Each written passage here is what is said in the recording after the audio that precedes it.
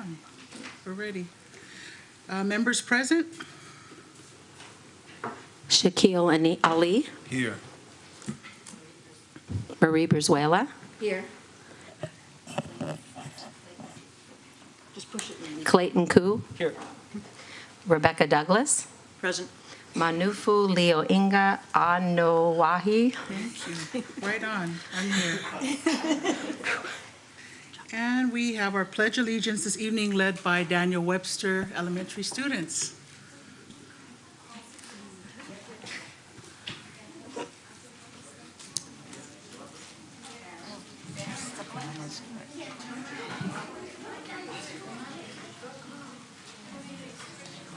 Use it.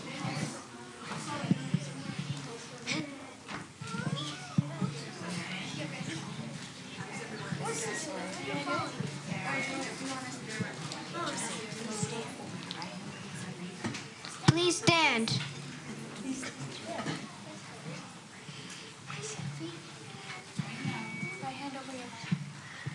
Right hand over your heart. Please begin. I pledge allegiance to the flag of the United States of America and to the republic for which it stands, one nation, under God, indivisible, with liberty and justice for all. Thank you.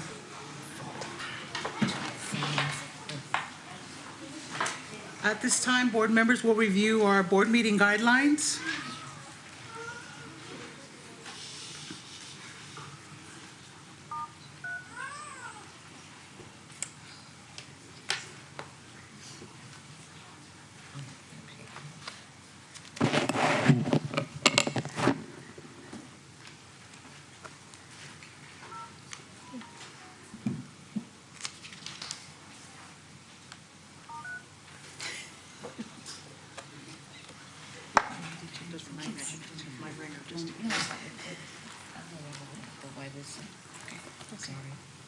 It's ridiculous.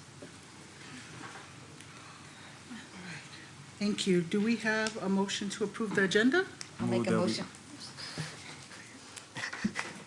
Ladies first. Oh.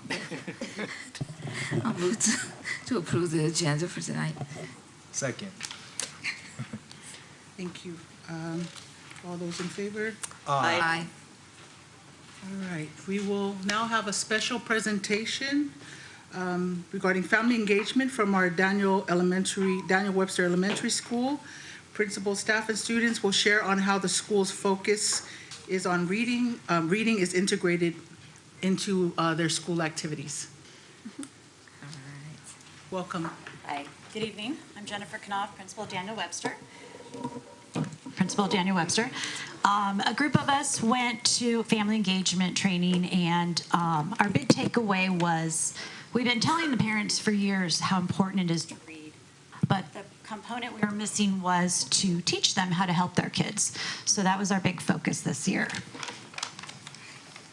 Every parent was given a bookmark that has guiding questions, and on conferences, this is when we rolled it out.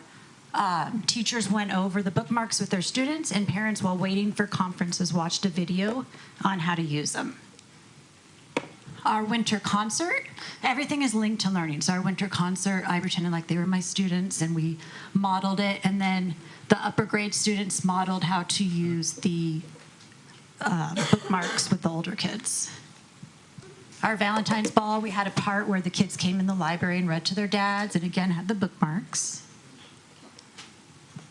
Weekly posts on Class Dojo, optioning different things each week, sight words, how to do sight word games, just various things, again, trying to support the parents. And Ms. Hong.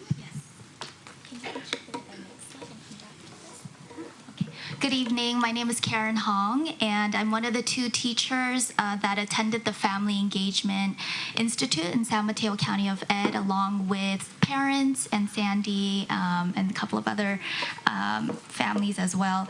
And when we first started this initiative, we assessed that our current reality was that on our SBAC and CASP scores, that only 34 of our students were at grade level standards. And so what we noticed was that students weren't reading for homework consistently, and some students perceived reading as an optional assignment rather than something that was an important part of literacy. And so from there, the family engagement team developed a theory of action, and that in order to improve our results, we established a deeper understanding and importance of nightly reading for staff, our families, as well as our students, and we provided the training on how to support them with reading at home, as Ms. Knopf explained. And if we have more kids reading nightly at home, this will lead to increased proficiency on our FastBridge assessments. And so we started the implementation for homework on November 22nd. And this graph here shows that when we first started, only 52% of our students were reading for homework. And now in week 14, 85 of our students are reading for homework. And we actually exceeded our SMART goal, which was to have 75% of our students reading by March 2nd. So before our students come up here, I wanted to give you a little bit of a background information on what they're going to talk about. So our site purchased RazKids, which is an online subscription-based product that provides leveled books for students. And so a lot of the students use RazKids as reading for homework. So now I'd like to invite some of our 2nd and 6th grade students to come up here to talk about their experiences and how reading for homework has helped them. And while they're coming up, I just want to acknowledge all the teachers from Daniel Webster that are here. If you guys could stand up.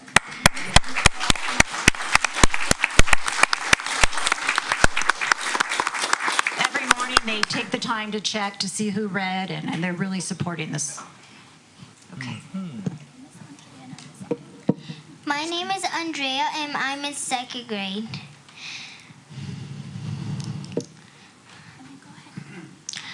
Reading RazKids has of my homework with RazKids has helped me because when I read RazKids with my homework, it has helped me learn more information like dinosaurs, buildings, and things in the past. It's nice because I can read a book more than once, and that will help me do well on the quiz. Oh, great.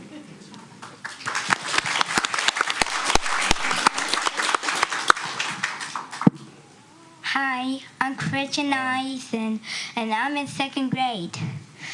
Reading RazKids on the computer has helped me become a better reader. Now I'm on level O, doing really good on hard quizzes. If I'm having a hard time learning, I concentrate with some more thinking. If I don't know what the words mean, in any kind of quiz and every story, go back to the story so it can help me. So I can complete the quiz. So after today, then I could be on level P. All right.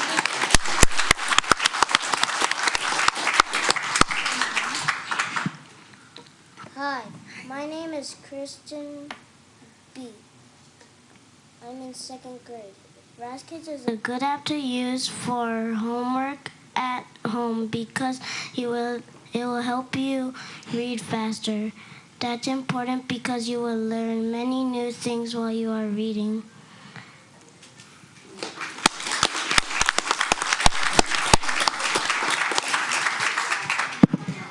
Hello, my name is Baron Franklin. I'm in 2nd grade. RazKids has helped me by teaching me new things. RazKids has also helped me with reading. I'm smarter because of RazKids.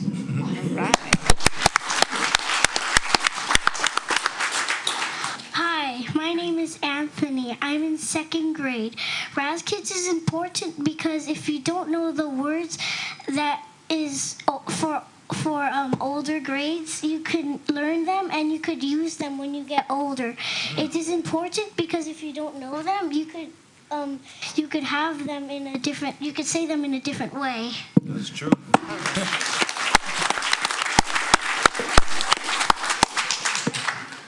Good evening. My name is Kaden from Daniel Webster. I'm a 6th grader. I like Raz Kids because it has a variety of books like Comic-Cons and the history of anime. After every book, you can take a quiz. There are 29 levels in Raz Kids. Z2 is the highest and AA is the lowest. When you level up, the books change and get more challenging. I've completed all the levels and now I can read my own books from home. After doing Raz Kids, I have learned new words and I can read more fluently. Thank you for your time.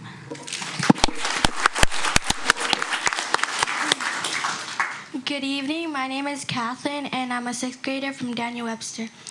Reading for 30 minutes each day has helped me with my vocabulary and reading comprehension, especially with finding main ideas. I look forward to reading each night because I enjoy reading fiction and nonfiction books. When reading wasn't assigned for homework, I never really liked to read, so reading has helped me a lot, and I'm thankful that my teachers assigned reading because if they didn't, I would be struggling with reading.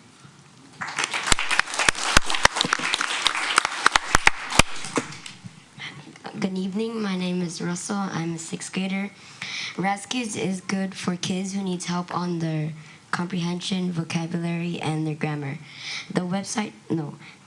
Raz Kids helped me improve on my comprehension because I can remember parts of the books.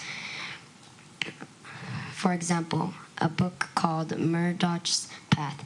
The story is about a boy named Pat. He was a poor delivery boy. One night, his deliveries kept him so late. There was 2 ways to go home. One was the proper highway, which it is safe, and the other was short, but it was infested with evil fairies. I am interested on reading more fiction books that are challenging for me. Reading Raz Kids for 30 minutes or more, or even more than that could help kids improve on what they need to work on. Thank you.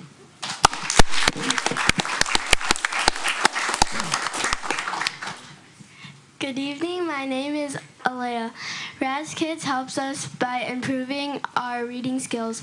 Raz Kids also helps us by saying difficult words and understanding them.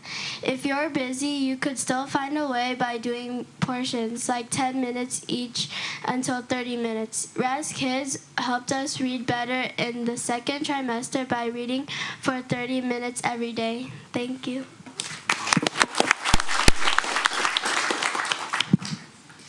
Good evening. My name is Matthias, and I read at home both Raz Kids and real books. When I read at home, I find new words I rarely come across before. I try to pronounce the word correctly, but often don't. But that's okay because that's how I get to learn the word. On Raz Kids, you can listen to the word and its definition. The new word I have found might sound different to any other word I have heard before. That might be because it may have a different sound or tone to it. I think by reading at home, my reading has gotten better. Now I sound more like flowing water than dripping water. Reading at home has helped me better understand why I am reading. Thank you for listening and for your time. So we should all go buy stock in Raz Kids now. It took on a life of its own. As you can see, they're reading and they're really learning and they're excited about leveling up. So thank you. Thank you. Do you have any comments or questions from the board? Well, reading, of course, is very near and dear to my heart, and I'm really happy to see that this is working, that it's having an effect, and that you students feel like what you're getting from reading, just making sure that you read for those 30 minutes or more. I love hearing the ones who are saying more, because that probably means you've gotten really interested in it and you're just keeping on reading. There is so much that reading brings to you as in life as well as for the learning. So I'm just excited that this is sounds like it's a really great program. I love that thing that you can have them pronounce the words for you and define them. I can't begin to tell you how many words I learned reading silently, because of course I'm too old to have had those kind of computer assistants when I was learning to read, and pronounced however it came into my mind, and some of them I still don't know how you're supposed to say really, because you read it. So that's a really cool feature, and I like that. So I didn't have a question, I just wanted to say that. Hi, my name is Aubrey Figueroa, and I'm a third grade teacher at Daniel Webster. And two of our third grade girls actually just moved to Daly City from Brazil 2 years ago, and they wanted to talk about their journey learning English and how they used Raz Kids on the way. So can we introduce Bruna and Beatrice? You bet.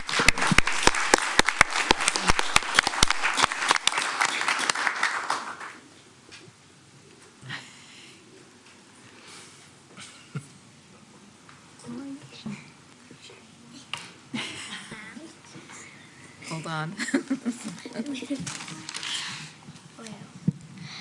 2 years ago, we moved to Delhi City from Brazil. We only knew how to say hi. I did not like my new home. I felt weird because I didn't know any English. I met a new friend who told me about Rasket. She said it will help. In my second grade class, we did Raskins. My teacher said to do it every night at home. I told my mom, and she makes me do Raskins every single night. In third grade, we started working with Experience Corps. Miss Q helps me read and spell words. Miss Judy and Miss Abigail help me sound out vowels and spell words. We play fun games to help us learn, like the snowman game and I Spy. Now I feel pretty special. I have a lot of friends. Now I feel proud of myself and happy because in 2 years I have learned a lot of English. Raskets help me read, learn English. I think you should do it every day to help you too.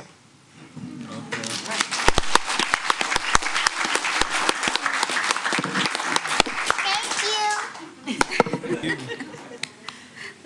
That was a good commercial for Raz Kids. Yeah. We have that on tape. Trustee Koo? I was going to say thank you to all the teachers and staff and the principal for making Raz Kids sound like a great success, and thanks to all students for letting us know how great it's been. I remember, I think if I recall, I came to one of your parent nights, and I think you guys actually played with Raz Kids, and actually it's a pretty amazing actually platform. You can use it on a computer, you can use it on an app, or I think it's on a phone as well too.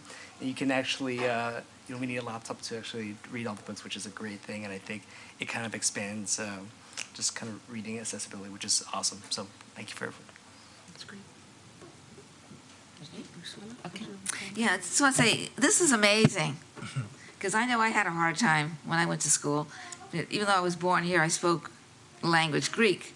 And when I went to kindergarten, I couldn't speak English. But I had a sister who couldn't speak either, so we kept each other company. But I learned, but it took a while. And so even today, there's some words I look at, I can't pronounce them. I have to hear them and then be able to pronounce it. So if there's an extra seat in class, I'll join you. Who said if I could do it? But it takes a long time for people to learn. But for just getting here and not speaking English, and you're speaking like you are now, it's wonderful. So I thank the teachers, the principal, everyone who had any motivation to get this program going. I think it should be shared throughout all our schools. This is wonderful. I can't tell you how much I enjoyed listening to each one of you and how proud you are and how successful you are. This is like awesome, guys. I mean, I'm so proud of each and every one of you, and especially thank you to the teachers for the extra time that you give to help make this work. And parents, thank you for accepting it and for making sure the kids do it every night. Because sometimes, you know, some kids go home and say, oh, there's no homework. But thank you for being there, and thank you for being a part of it and accepting that this is really the best thing for your children. I love it. And if it's going on for 2 years more, it should go for a Kent Award. Okay? Thank you. All right, well, they pretty much have summed it up, but good job to everyone who was involved. And I just actually had a question about the parent night and the guided questions that you gave to the parents. I just wanted to know how the data is captured. Do the students just give a verbal response, or do they also do writing as far as the reading comprehension? In the upper grades, the teachers are modifying it with book reports, writing prompts, going along with the Common Core standards, writing prompts. So yes. But what we were finding was kids were doing the worksheets, but not making time for the actual reading because it felt like an extra thing. So this has really turned it around. Yeah, so I think that was a good idea when we talk about family engagement. It's always talked about in a way that is difficult. And obviously from tonight, we see this was a good way to involve the families. It feels good to see all the smiling faces of the parents. And we're in here talking about reading. We could be talking about anything else, but we're talking about reading. And reading, the basic skills that they're learning with reading right now will help them in all the subjects, especially when they get into middle school and they take math. Math nowadays is a lot of word problems. So if they're having problems with reading, they're going to have problems with math. Social science and science classes, all the same. It's going to be a lot of reading and a lot of writing, but reading comes first. So keep up the great work, students, parents, and staff. Yeah, I think everyone said everything that needs to be said. I too want to congratulate everyone that's involved. I think the biggest feature that I enjoyed hearing that was mentioned by Vice President Koo was that it's accessible through your phone. We try to encourage our students to be unplugged, but if you can download that app, I mean, that's actually a beneficial way to keep them occupied versus a game on your phone that they can actually be doing as kids when you're out and about. So I am so impressed with how articulate our second graders were. So if you didn't say you were in second grade, I mean, the confidence that you exude and just the, very, very impressive. So I don't think I could speak that. But I think that also speaks to the reading. Yep. I think there's a sense of alignment there. So, I mean, it's amazing because if you're doing that in second grade, as mentioned, and there's continuity in programs like this, I can see all of our K through 8 speaking just as, impeccably as our second graders. So, job well done and hats off to everyone. And we have some certificates to hand out to all of you that have joined us this evening presenting.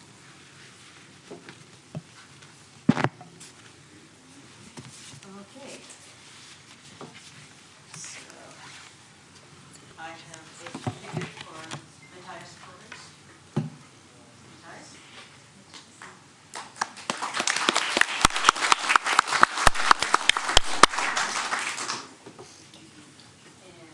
And Katie Holly.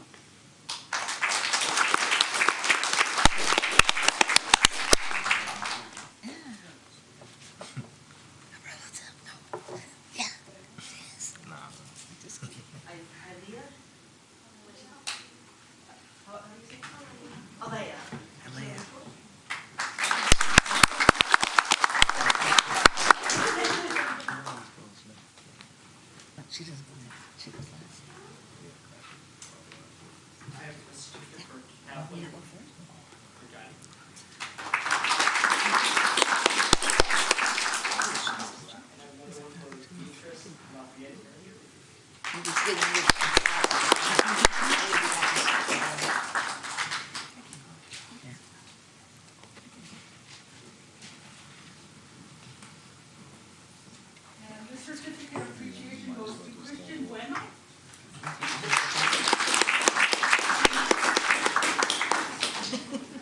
And this certificate of appreciation goes to Christian Eisen.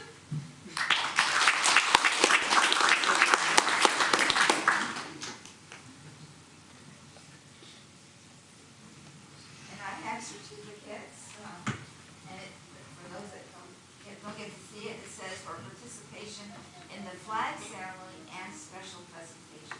First one I have is Anthony Johns Sanchez.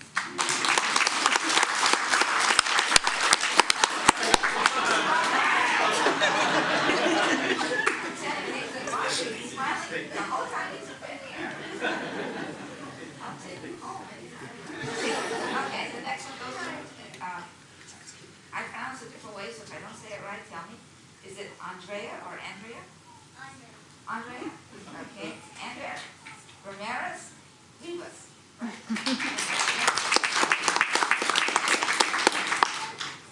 have a daughter named Andrea. That's why we'll say it different. Certificate of Appreciation for Luna Harrington.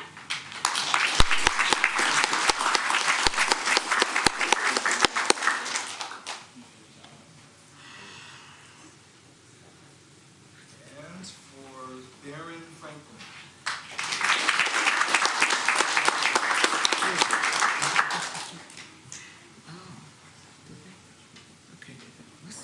Is that right? Thank you. Did we get everyone? Yeah? Did we miss someone? We are so sorry for that. We apologize. But stand up and we're going to Yes, give you an please. applause.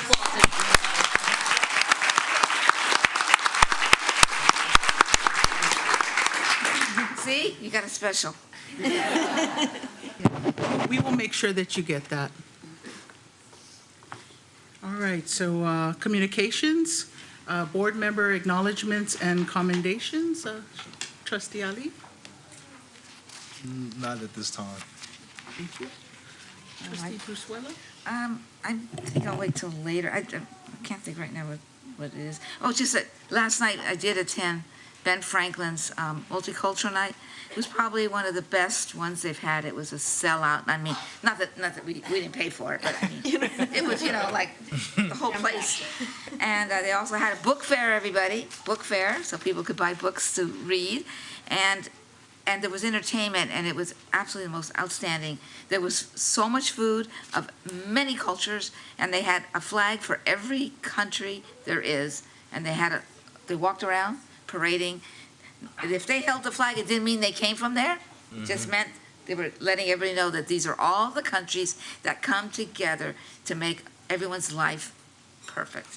So it was the best one I've been attending for how many years? The best one I have seen. And I have to commend the principal there, the teachers, all the parents, and everyone that worked so hard to make this something special for every child. So I'm not going to say anything else, because that's the best. Okay, thank you. Vice President Koo? I want to second that as well. It was there was too much food. I got there a little later, and there was like a line 20 minutes just to get inside to get food, and so that was awesome. I also want to thank Ms. Brizuela for leading the PTA Honorary Service Tea this past Sunday. That was great. Also, a lot of food and a lot of music as well. And then last Saturday, I think, it was Literacy Day. There was a great turnout, great performances, and it was just greatly planned. So thanks to everybody who planned all those events as well. I obviously picked a great week to be gone. I have nothing to add. Yeah, I'm disappointed. I missed some of the events. I did make the Jefferson PTA PTSAT. But I say my daughter went to Ben Franklin many, many moons ago, and it's wonderful to hear that the multicultural night that she participated in continues to be a hit. And Mr. Parrish was her principal back then, too, so sounds like the legacy continues. So awesome to hear that. Today, we actually had a pinning ceremony for the chief of Daly City Police Department, and I think it's wonderful to mention that because he is a product of Daly City Public Schools, of our districts. So it was wonderful to see someone homegrown that's in the community. You know, he's been in the community for a long time. He's been interactive with many of our families. And I think it's important to recognize someone that's of the community and who wants to continue to work with our school district, especially considering the climate and a lot of division when we talk about law enforcement and gun violence. So today was a beautiful day to celebrate someone in Daly City that is all about community and who wants to continue to work with the families of our district. And I want to also make a mention, because I know everyone might not be here at the end. You know, we have a lot of great women in our community and in our city. The Commission on Status of Women of San Mateo County has some vacancies. So if you find the urge to serve on a commission, specifically the Commission on the Status of Women, please don't hesitate to reach out. They would love to have you. We'd love to have you. So I did want to mention that. But if there's nothing else, we'll go ahead and, oh, and tomorrow we're excited to enjoy the junior chef, is it? Oh, yeah. Master Junior Chefs tomorrow, Sodexo's Yes. tomorrow. So for those of you that can come and enjoy some of our Junior Master Chefs, that'll be pretty amazing tomorrow. It's at, it's on Hill Street, it's at 3 o'clock, right? Yeah, so that's exciting. So, If I can I'll miss that because I'm at work, but this is relevant because I wanted to note, I'll be at work at the library. If any of you wonderful young readers do not yet have library cards, I want to encourage people, not everybody knows that in our communities, library cards are free. The use of the library is free. Bring the books back on time and you never pay anything. So that's access to more books than any of us can read in a lifetime. And so I encourage everyone out there to get yourself and your child a library card. And one last thing, this Saturday, District 5 celebration at Jefferson High School it begins at 11, and it's open and free to all of the community. So we encourage you to, make a family day of it to kick off the holiday weekend. It's free food. Oh, free food. Free food. All right, correspondence and superintendent comments. Yes, thank you. I just want to say how impressed I am also with the students who share tonight. I think the knowledge of the reading strategies that they're using is amazing, because not only are they using them, but they know about them. And I think that metacognitive understanding of what they're doing is super helpful. We always strive to not just have our students read, but to love reading. And I think Daniel Webster has figured out a way to get them to do both. And that's always a goal. The young girls, the young ladies at the end who shared about their experiences with their Experience Corps volunteers. We didn't get much of an opportunity to share what that is, but that is a relationship we have with the group called Experience Corps that pairs retired volunteers with students at a couple of our schools.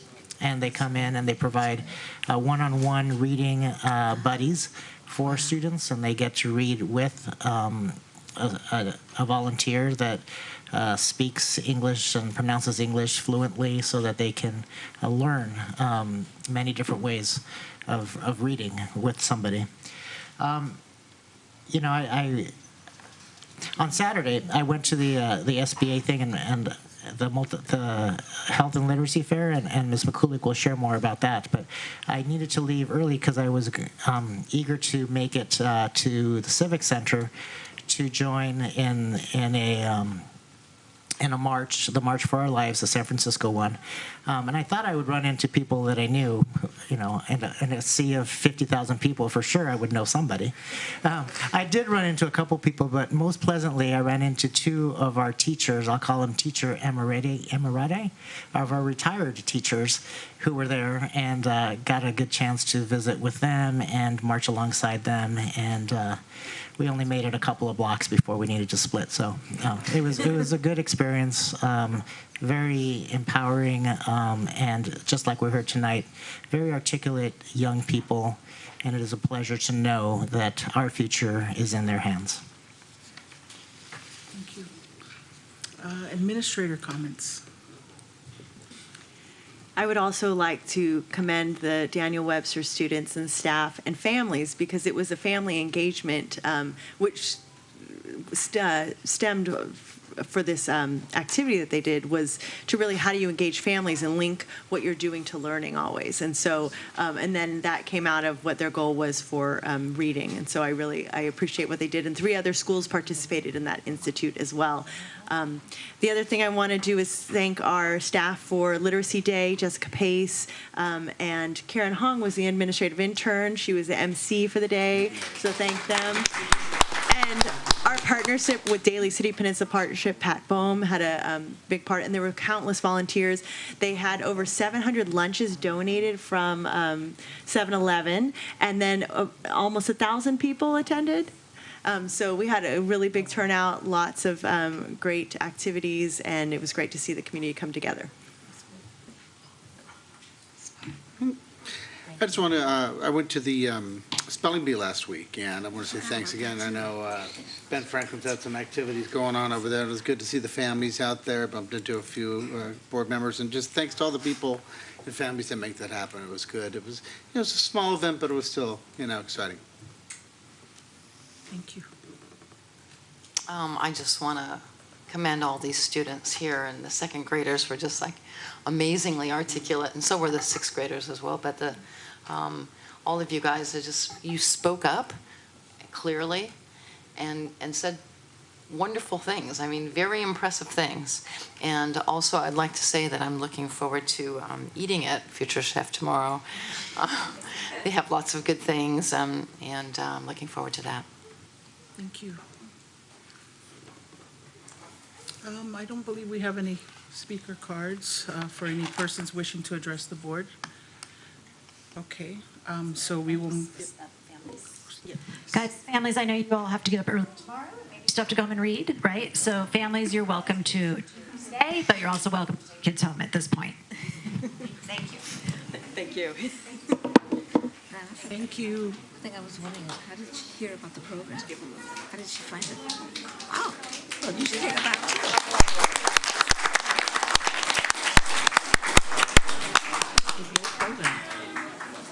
Can we just get it for everybody or no? Okay. Thank you.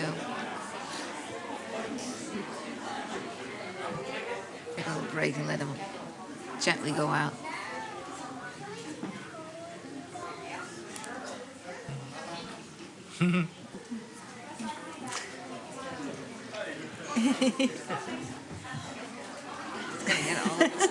There we go. Come in close, Shaquille.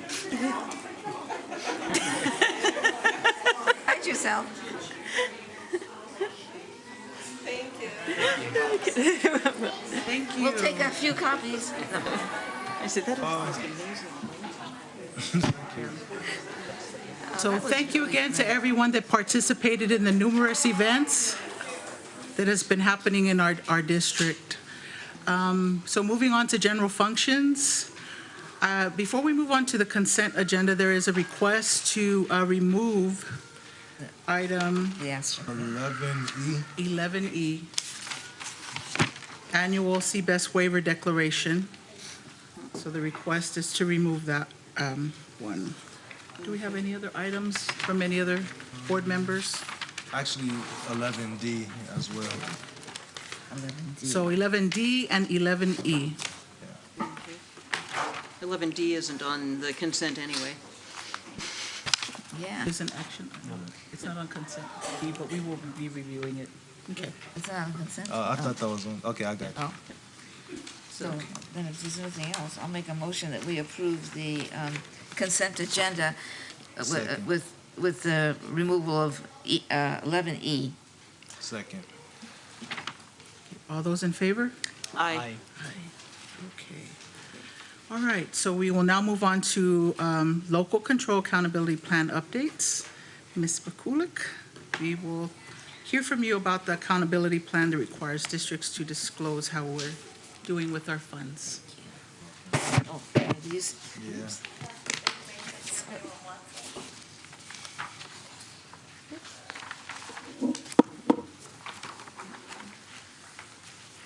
I will trip over that if I don't move it. Good evening. Is it on? It takes a minute, all right. So it's LCAP season right now. We're deep in it. All year is LCAP season, but right now is really where we are really heavily looking at planning for next year. And so I just want to give you highlights on what we've been doing lately. Last week and this week we've had quite a few stakeholder meetings, and so I want to just give you some updates to show you where we are in the process. So you've seen this slide many times. I think the last 4 years. I just keep updating it. Same process. We're in the January-March consulting with stakeholders phase, where we're looking at our actions and seeing, which actions we need to continue, which actions we need to edit, which actions we need to stop. And so right now we're going to be going back to stakeholders and asking them, based on this feedback, what would you like us to consider to bring then to you for approval. And then you can see in April, we'll have a draft that will be shared publicly.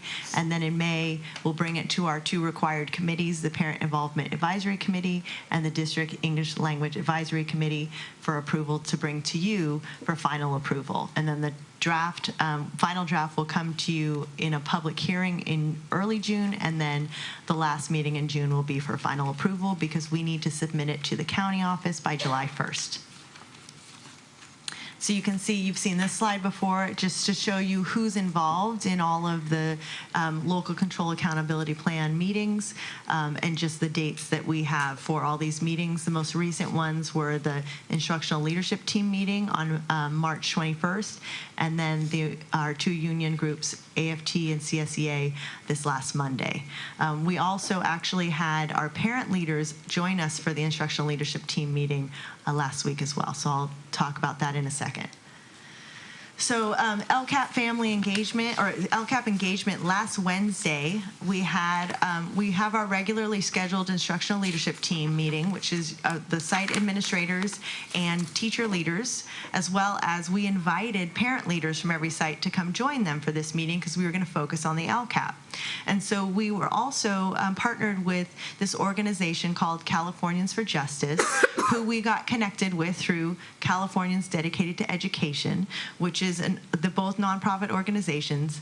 Californians Dedicated to Education is the organization that received grant funding to have the Family Engagement Institutes that you just heard about from Daniel Webster. And so we invited up to 4 schools to participate. They paid for the trainings.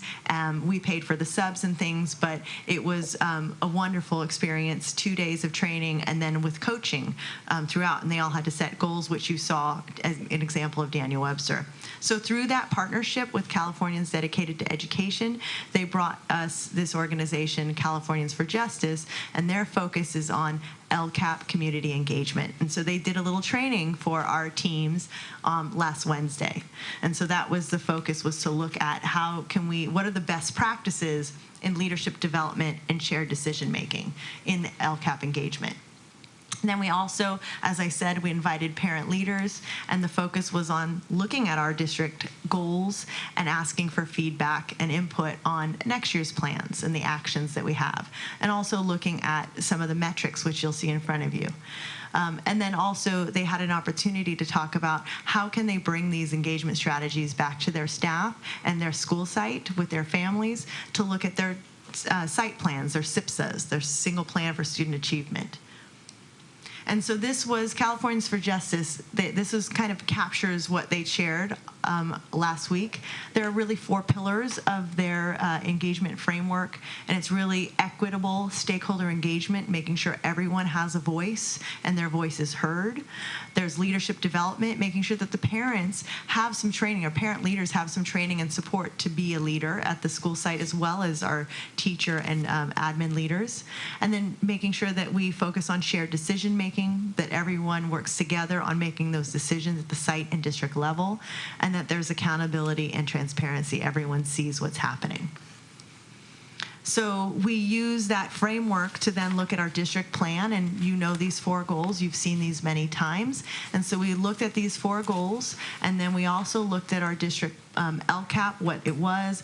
There are 8 state priority areas that have to be included in the goals. We have to address them in our goals. And so those 8 state priority areas fall into 3 categories. There's conditions for learning, there's pupil outcomes, and there's engagement. And all of that has to be in this local control accountability plan, which is an accountability plan showing how we're spending our local control funding formula funds. And we have to make sure that we address all of these areas. And so part of the accountability is through the California School Dashboard, which looks at not only academic data, but suspension and attendance data to see where, and it's to help us identify our areas of need. And so that's the link to the website. You've seen these slides before. So what we did last Wednesday, and we also had our teams, our AFT and CSEA meeting look at this as well, is we had the metric data that I handed out to you.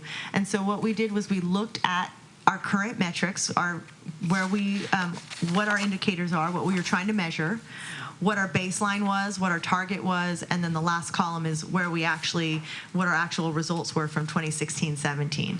You saw a version of this a couple months ago. This is updated. And so what we did is we had teams highlight, what are the strengths and what are some areas for improvement. And then we also gave each site a little bit more data to dive in. They could look at their site data, but we were focusing at district level. And so to give us a framework we're going to be making decisions or providing input on our actions. So we want to know, we're basing it in data, that we have some information about it. So then what we did is around the room at both engagement meetings, we had 77 actions in our district LCAP plan. And so we divided them by goal and by who they are supporting, either all students, our targeted student groups.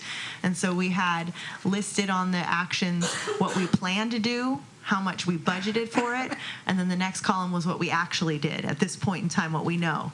And then we asked everyone to look at those actions and decide what is the effectiveness rating based on what you know in your perspective.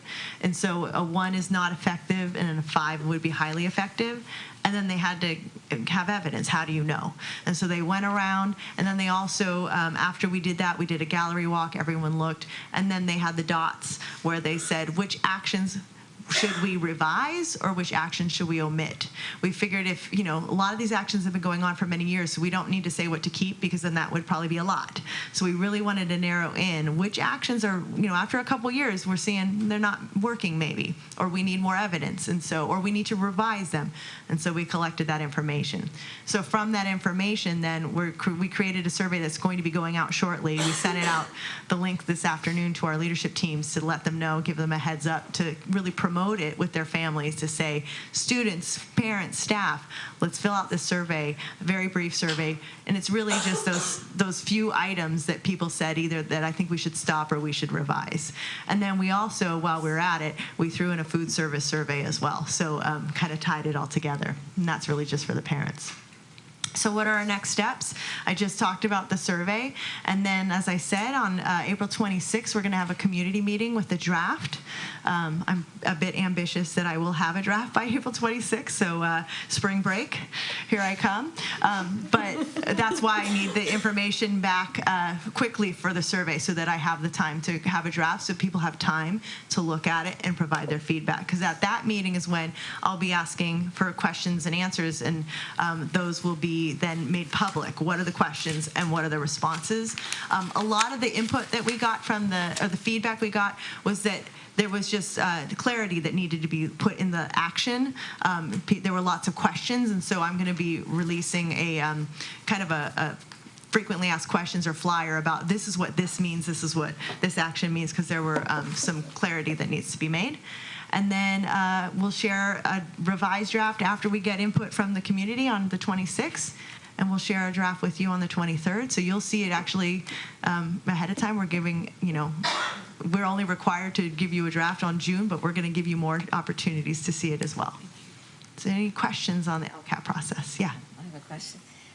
When you say April 26th for the community, where and how many people are able to attend? Anyone can come.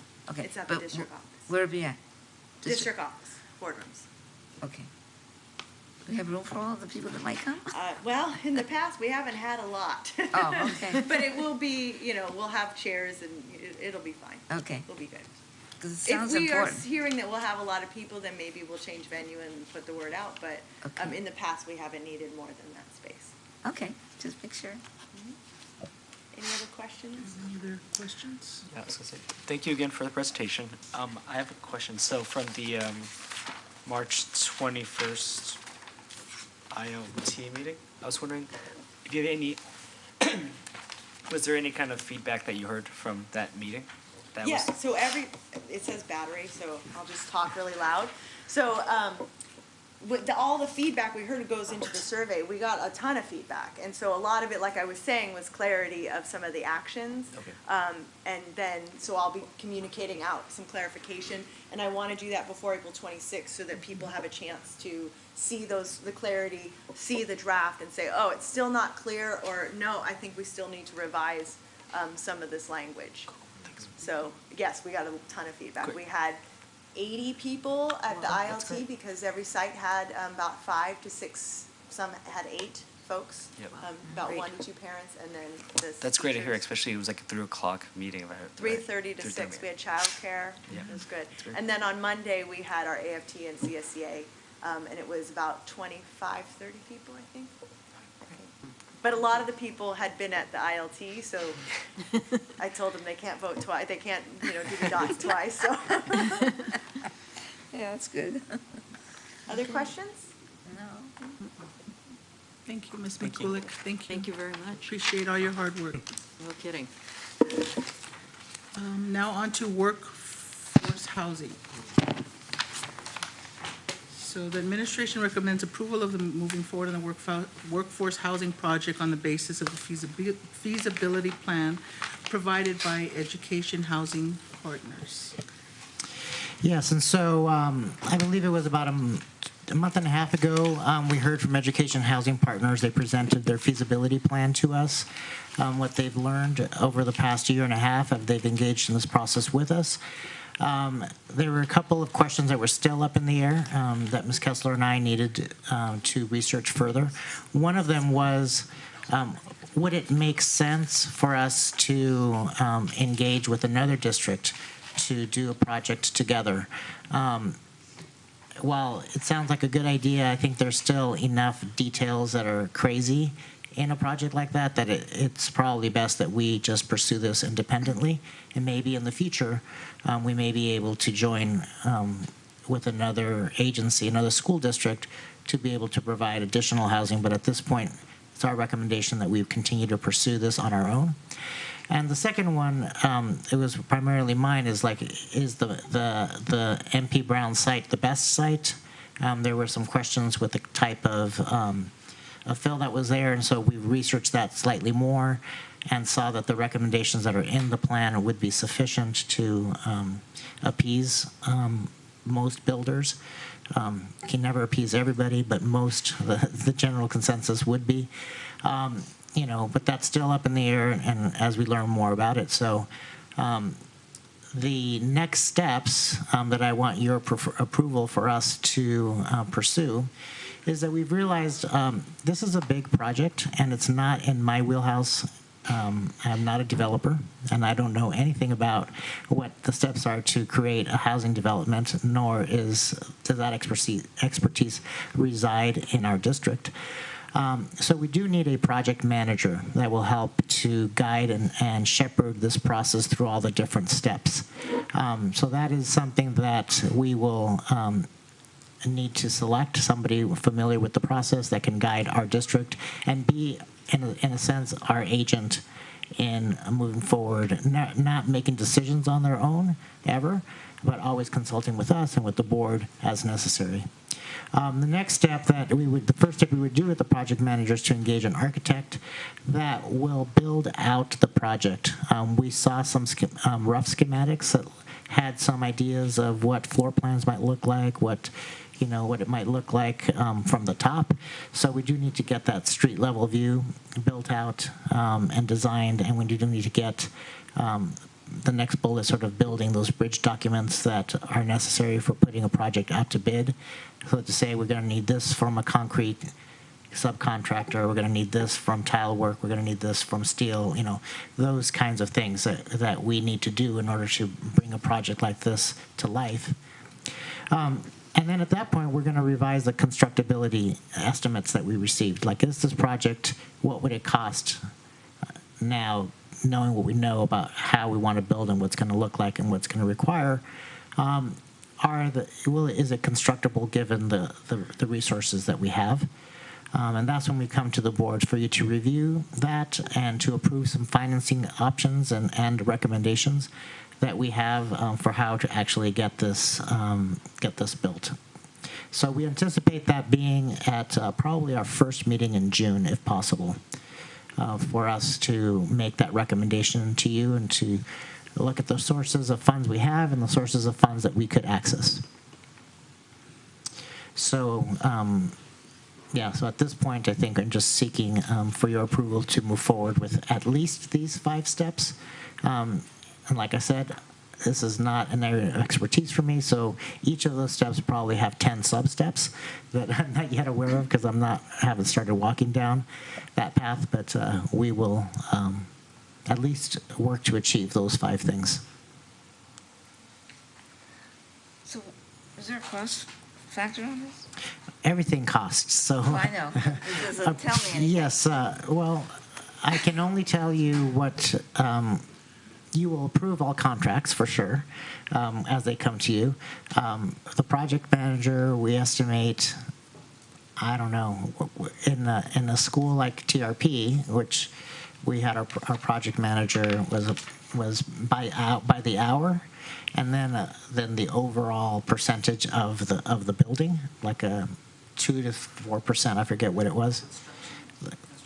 Construction management is, depending on the size of the job, but it can be like 5 1/4 to anywhere between 4 1/2 and 5 3/4. Yeah, so that's part of what we need to do next is engage with a couple of different firms that do this kind of work and give us a sense of how much it costs, and then you approve that contract. So will we have an opportunity to hear from them and they present it to the board so that we can make a sound decision? We've done that in the past when we had to have a project manager, or even to get the architect. We've always been able to see which one is cheaper, which is the ones we feel most comfortable with, rather than just a recommendation and we don't even get to see the guys or girls. We can have them present at the time that you approve the contract or consider the contract, and again, you don't have to approve the contract at the meeting. It can be part of that. But we need to at least know what each one brings to the table, and they usually make some sort of an indication of what the cost will be. Yes. Because we have to decide what's going to be the best for the district too. I don't like blindness. I was going to ask, so since Housing Partners did the first leg of the work, are they involved at all in this part? Well, this is the conversation that we're starting to have with them. Typically, they build the project, and the model that we're pursuing, they cannot build it if they help us in doing this kind of work. So we are having a conversation with them about, would they consider being a project manager for us on this project, and what would that cost? They are the most experienced in workforce housing. But they would have to give up the actual building of the project. Is it because the place we're using is not? It would be a conflict of interest for them, and the project manager is an agent to us, and so they can't have their fingers in the pot of making money. They can't be our agent and also our. They would manage versus building, yeah, so. They would manage themselves, which is not what we want. We need to separate that out. Yeah, there's a level of transparency. So I do have, I wanted to comment on, if there's no other questions from other board trustees, about the comment made by Trustee Brusuela. I would like to see estimated costs attached. I know that that's a next step, but it just makes more sense to see costs associated to what the estimated budget would be for a project manager, because the other costs will fold into the construction, but the project manager seems to be somewhat separate. Even though it's oversight, it's still separate. I would just like to get a sense of what the recommendation is of budget for that allocated position, because it is needed. So I understand the steps, but I still would feel much more comfortable to see what those costs look like, and then prior to us reviewing a contract. I mean, I say the first two is the most important ones. Because if you don't get a good architect, the rest of the stuff just goes away. But those are like two individual folks that we want to hear from. Yep. And so we do the project manager first, and then the project manager helps us in seeking and finding an architect or set of architects that could do this work. I have a question about all this. So what is the usual process? Do you usually do this and then just report to us the process that you undertook? Or because if the amounts are low enough, we don't have to even give approval right? Well, the amounts are not going to be low enough on this. The amounts are going to be big enough that you're going to blink twice and blink twice, blink thrice, and blink a fourth time. They will be sufficiently large for you to be able to know you're making a decision. I think if you see some of the protocols for the board, it says, I think it's 35,000 or something, Bernie? No, we voted to raise that. Yeah, but not that much, Yeah. right? So yeah, there's a limit, and 50? and this 50, yeah, and this is definitely 50 is. Nothing. You know, is nothing. As somebody that does a couple of after-school programs, Yeah. unfortunately, but this is going to be in the millions. So you will see this. Not the project manager necessarily, but the project. The whole project will be in the Well, I millions. was talking about the project manager. Yeah. So So at this point, what you really want us to do is to approve going ahead with the selection process for the project manager, but then we will need to actually approve that project manager. That's So it seems like correct. at this point, even though you want kind of going ahead, we want to be looking ahead on all of these. We really will be moving through them one step at a time. So to me, it seems like what we should approve tonight would be that you should begin the selection process for a project manager. Yes. That's not what I said, though. So if I would like to just add to that, but finish what you're saying. Well, that would include, I would assume that would include getting the costs and having us review them, but that would be beginning he needs permission to even begin that right. process, and that's what it looks like we need to provide tonight. Because I, for one, I've been through many of the construction stuff that we have here. We've, in the past, been able to interview, let's say, the 2 or 3 top contenders, so we can feel comfortable what is happening. And that's, something goes wrong, we're all to blame, guys. So we need to be able to be a little bit aware of what's happening. Right, and what I'm Part saying, of it. what I'm saying isn't going against that, it's just that he needs permission to even begin to get us to the point where we can interview Yeah. them, Yeah. so. So one of the things so- that is different in a project like this is that there are very few projects that have been built for a K-12 district in workforce housing. There's one that I'm aware of that was built 15, maybe 20 years ago when rules for building were very different. All the other ones have been community college districts or universities, and they have different regulations. So the field is not as deep as it is for school construction. School construction, I can bring 5 people tomorrow. This project management, we have to find folks who are familiar with the development world that are also willing to look at what does it look like in workforce housing world. And so that is the main conversation we'll be having with education housing partners, seeing as they've built these projects in the community college districts, that they are familiar with what it takes to manage one. They just can't do both manage and build. Well, I'm going to try making a motion. Okay. Let's see how this goes. I make the motion that we adopt the items that we think we need to proceed with, but that the selection of project manager and to engage an architect, that those 2 items be presented to us so that we will be able to also have a good feel of who the people are that will be representing our district, and that we make that decision at that time, and that we get try to get enough applicants that we can make a decision, not just one person, if that's possible. And the other thing is, I'd like to know which districts have done this. I don't care how far away it is. I'll make a trip. I'd like to see what it is, and perhaps they will have folks they can recommend. I can answer that right now. It's Santa Clara Unified is the one elementary district that has K-12 school district that has done this. Santa Clara Unified. Oh, Santa Clara. Oh, that's It's not far away. No. Okay, so that's all. That's not the whole motion, by the way. I'm just saying that we agree that this is a process we should continue to give you the go-ahead, but that we would like to see on item 1 and 2, select project manager and engage the architect, that those folks be able to come to us and show us what it is they can do for us, and then we can make a decision at that time. So do we have an amendment to the motion to add on to that? I think it's sufficient. I've heard if that's the will of the board, I can pursue that path.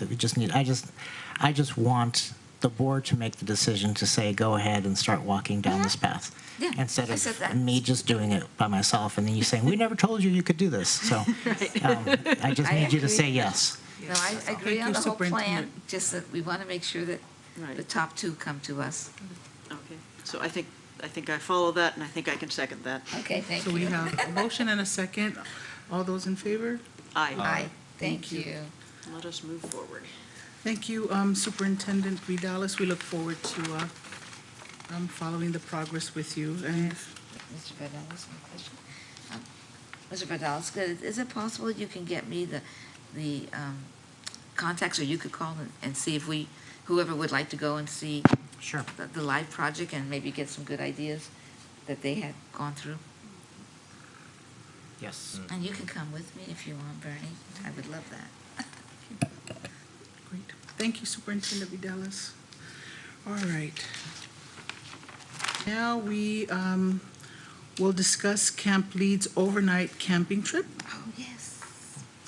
And the administration recommends approval of this overnight stay request for our 6th and 7th graders from Ben Franklin, Fernando, and FDR and TRP, along with other local partner districts.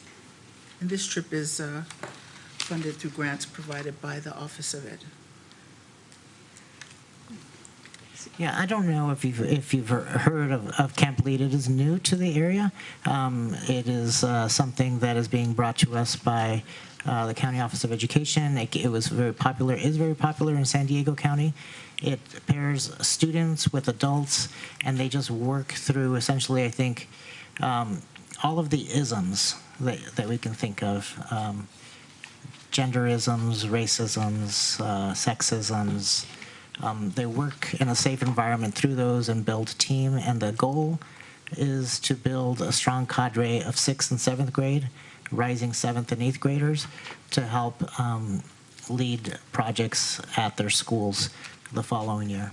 And these are students that exhibit leadership in positive ways, and also students who exhibit leadership in some that are not so positive, but they do have the leadership skills. So we pair them with adults in the community. Typically, there's school staff, there's County Office of Education staff, there are some law enforcement folks who also volunteer to come to this. And so this would be the first project in San Mateo County with such a large group. They did it with one single school a couple of weeks back, but this is the first partnership across 4 districts doing this. And it's us and our other partner districts that feed into the high school district. Was this one of the trips that was discussed in one of the previous meetings, like our last meeting? This was brought up at the last one. I think so. Okay. I remember it. You have a question? Yes. So where is is this an overnight stay? Where is it? Yeah, I want to know it too. I believe it is at a camp in Scotts Valley, or right off of Scotts Valley, Santa Cruz Mountains. It's a private camp, and the County Office of Education has reserved those dates. All right. And is it like, not camping, it's inside? Well, it's these retreat centers, conference center camps. They have cabins with bunk beds and a cafeteria. Generally, they have a big field. I'm just thinking of all the different conference centers I've been to. They're all about the same, with the same kind of amenities. Like Marin Headlands or something? And so the teachers are going with them, and parents too? Some parents? staff, I think there might be some parents, I'm not sure. But I think it's But mostly staff. chaperones, in other words. Yeah, it's supposed to have a 1-to-10 ratio. Okay. Yeah. Sounds good, just checking. So I had 2 questions. How many students were going? And then I remember the presentation that was given at the County Office of Ed by Camp Lead that came from San Diego. And it seemed to be, at least my perspective of the presentation was very heavily law enforcement driven initially when they started the project, and it grew into creating more of a partnership. So my question around that, will law enforcement be involved in this trip? There will be some law enforcement there. Not all of the volunteers will be law enforcement. Some may be sheriff as well as local. And I think they will utilize the cadet force as well. So. When you say that, when you say that, is it from our city going there, or is it from Santa Cruz, or? No, it would be San Mateo County area folks. So hopefully we get some from our city. I can't speak to for sure about that, but I'm sure they're being reached out to. What's our total number of students? Initially, when we met, and I don't know, Ms. Martinez, you're here, I think. It was somewhere in the 40 to 50 range. It is proportional based on their sizes. So I think it's a camp size of 120, 130. Yeah, I believe they're trying to take 150 total, and we have 50 spots. We have 50 spots. I asked for more, but said we haven't gotten an answer, of course, but yeah. Well, this is a wonderful project, and I love that our district continues to take the lead on embracing a lot of wonderful things that can enhance what we already do. So, And we'll invite Ms. Luttrell and Ms. McGee to come and share with you the experiences that the kids have, maybe bring some of the kids as well. And it stands for leadership, access, equity, and diversity. Or I reverse that. Equity, access, diversity. Sorry. So many acronyms. And it looks like it's all the middle schools. Yeah, just 6th and 7th now, and then we plan to have an 8th grade trip in the summer. And there's also another trip in the summer for some of our youth that have, more difficult circumstances and need a little bit more support. So there's going to be 2 summer camps. One's directed towards 8th grade, and the other foster youth and students that are, getting into trouble. And it's all funded through San Mateo County's funding a majority of it, but we are also contributing some of our 2-pay funds. So we have, some prevention funds that we get as a district to support things like this, to, do prevention projects for kids. Good. Yeah. Sounds great. Yeah, we hope. Yeah, thank you. Yeah. We have a motion or any other questions? No more questions. I'll make a motion that we approve the overnight stay request for 6th and 7th grade students at Benjamin Franklin, Fernando Rivera, Franklin D. Roosevelt, and Thomas Palacita schools, along with participants from, forget that. I'll just stop there, right? We can't approve, they're doing it, right? We have a motion, do we have a second? Second. Thank you, we have a second. All those in favor? Aye. Awesome. Thank you for all that you do for the children. Yes, thank you. Thanks to our middle school principals that are here that are supporting it. Actually, yes. Yeah, thank them. Once again, the floor is yours to discuss counseling and social emotional learning program updates. And before you present, I just wanted to mention that this past week, people have been raving about you and Ms. McCulloch and saying how wonderful you are and how wonderful you are. And I'm like, they belong to us. No poaching. So say no if they ask you. So I just wanted to say you're highly appreciated, and even more so by us, because you are the one that are working with our students here in our district. And same thing that I've been hearing about you, Ms. McCulloch, and it just gives me great pride to hear people talk so highly of people that give back in our community. So thank you. Thank you. Okay. I appreciate that. And yeah, I couldn't have done it with everybody in this room that contributes to the work that I do. I don't do it alone. So it's a thank you to everybody. So I appreciate that, though. Okay. So yeah, I was asked to come in and talk about, I know something came up around what are our practices when it comes to maybe higher level discipline incidents for suspension, expulsion. But I thought it would be better to really talk about the system as a whole and not just jump into that, because we're doing a lot of Tier 1 level work and Tier 2 level work that is, we hope to prevent those situations from happening, although they do. So, with that said, as you know, majority of my role focuses on the PBIS side of MTSS, so a lot around behavioral, emotional, kind of wellness supports for students.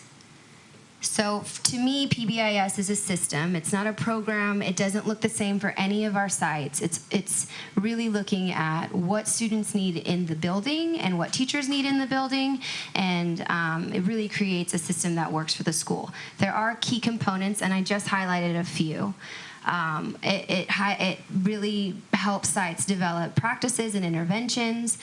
Oftentimes we're looking towards PBIS recommended practices, so we attend trainings, we do research, we hear about what's working at other places, and we try to implement those things to see if they work for our students. We've also been doing a lot of work, which I'll get more into in a little bit, around restorative justice practices.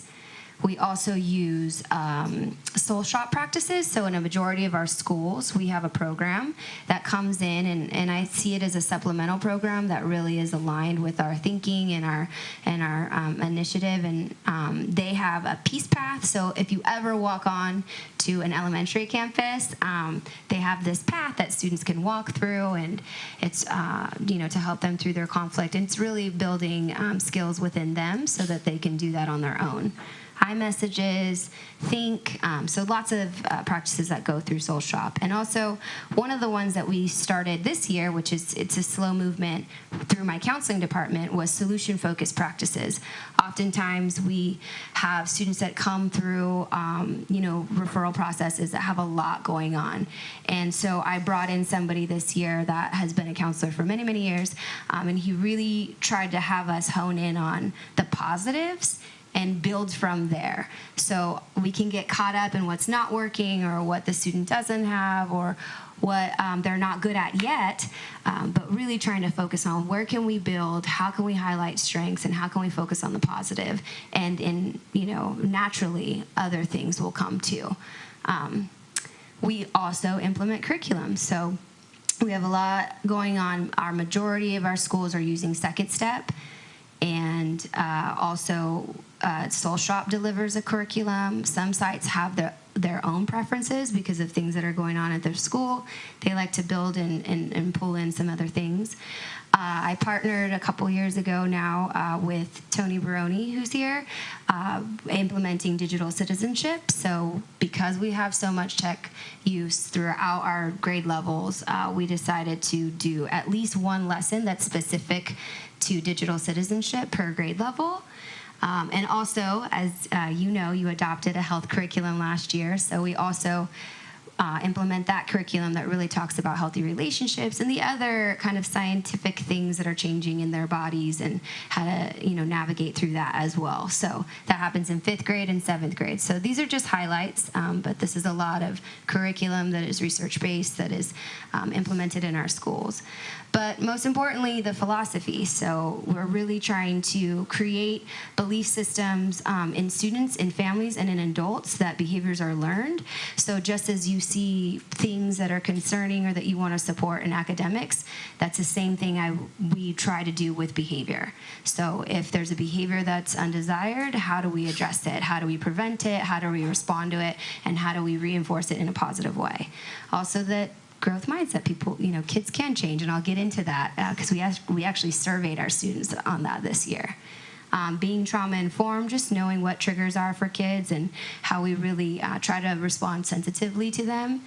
And again, restorative justice principles, really trying to get to an understanding and having empathy for kids and empathy for situations. And so that's PBIS is a system as a whole, and these are the things that go into it to me. So one of the organizations we've been working closely with has been coming into our schools, and they kind of have this menu. They believe in beginning with inclusion, so talking to staff. They're mostly working with staff about relationship building and what are restorative behaviors and habits. Then they go into equity and really diving into diversity and having an equitable lens. And then they get into the justice practices. So we're about 2 years in with them. And so this is, obviously we're making great strides, but it's a process. So that's their menu of trainings. This year, this is our summary. Our administrative council is our principals, district staff, and superintendent. Student services is vice principals, deans, counselors, nurses, sometimes our school psychologist, and sometimes some other sped staff attend our trainings. And then some of our sites decided to have the Circle Up organization come in and really work closely with their staff. They felt like they were ready. They felt like they wanted to dive into that work, as well as really getting this kind of philosophy, principles, and practices out to the families. So a lot more family nights around this, because that's also important, letting our families know where we're trying to go.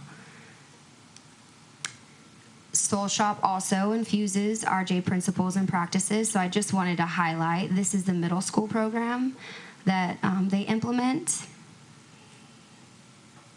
Just to give you a moment to take a look. Be real, be yourself, be an ally. So 6th, 7th, and 8th grade, they do four sessions a year, but they've been really great at being flexible. We've had some kind of situations that have come up, and they've modified the curriculum or brought in a topic or, altered things because of certain grade levels. We're seeing some similar trends. RJ principles and practices for students in Soul Shop for the elementary program. They come in more frequently in the elementary schools. And you can take a look at that. And if you see differences, this is, some of the sites moved forward with Soul Shop staff trainings, but as you saw at the other slide previously for Circle Up, that was kind of how we swapped things out just to make sure that all schools are still getting the same type of service. And then also district level support, so they work with me as well. So through all of that work, I've been encouraging our site counselors, admins, to start to track their sessions with kids. And so this is just one component of restorative practices. So conflict resolution, reentry circle planning, restorative conversation, restorative justice circle, solution restorative circle are the kinds of things that we started to track. We still have some work around this to make sure that we're tracking it in the same way, but a majority of the work has been done around conflict resolution, kind of like the lower level type work. Like I said before, we've also asked students to take surveys. They took a climate survey and they took a social emotional learning survey. So elementary students, this speaks to the ones that I would like to focus on are knowledge and fairness of discipline. So 78%, that went up from last year. But that's important because oftentimes adults are making decisions around what we think, but this is our 3rd through 5th graders telling us, yes, I understand and feel like the rules are like taught to me and that they're fair. Also rules and norms at 78% and safety. So I look at these as, highlights to the work that's being done at the site level.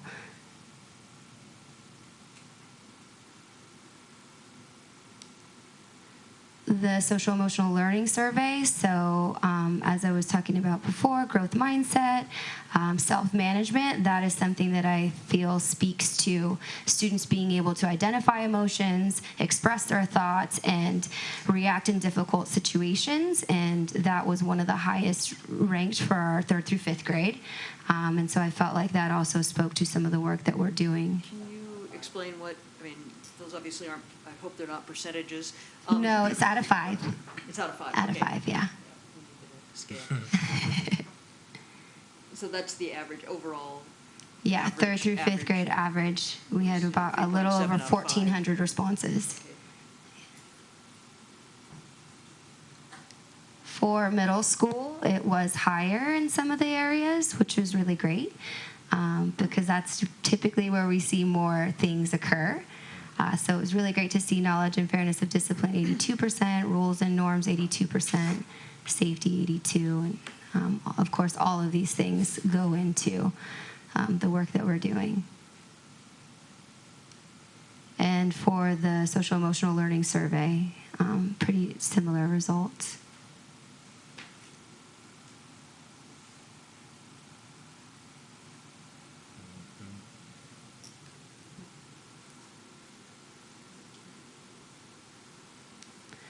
Okay, so As our students give us feedback, I also ask all of my PBIS teams to do an annual review, or what we call kind of a tiered fidelity implementation tool. And some of the schools do it multiple times a year. Some of them do it twice a year. It's been something that we've been trying to, look at to see how far along we are with PBIS implementation. That includes all of the things that we were just talking about. And so the tool consists of lots of things. Tier 1, Tier 2, and Tier 3 all have different components. And so majority of the teams are looking at Tier 1 and 2. I only have 5 schools that are in Tier 3. But again, it's about a 5-year process. So we're still in the early stages. I tried to bold some of the strengths, but I know there's a lot on here. But I feel most of my teams have been really great about creating behavioral expectation matrix and creating lessons to teach kids what they expect, and creating positive reinforcement systems throughout. And we've also worked on Tier 2 interventions that are kind of consistent for a majority of our schools, called check-in, check-out. And it's just a program where students go in, they check in with somebody in the morning, and they check out with somebody in the afternoon. And it's positive, and it's with somebody that they, appreciate feedback for, and it's all focused on the good things that happened. So if a student scores low in a certain area, they don't highlight that. They talk about what they did do good at. And then, of course, Tier 3, we're really working on something to highlight our creating plans for students that really target things that we want them to improve upon. And we talk about how we're going to try to help them meet that goal, how we're going to reinforce that goal, and what will be the outcomes or consequences if those behaviors aren't met. So very individualized plans, and it's been a lot of work, but I think that that's a highlight in Tier 3. So with that tool, all the teams meet. There's typically around 6-7 members per team, and they take it, and these are the results. So this is over a 3-year span. Not all of the schools participated in the first year. So you see 2015 to this present day. So green is the present. Blue is where we first started. Some of our schools, have taken a break.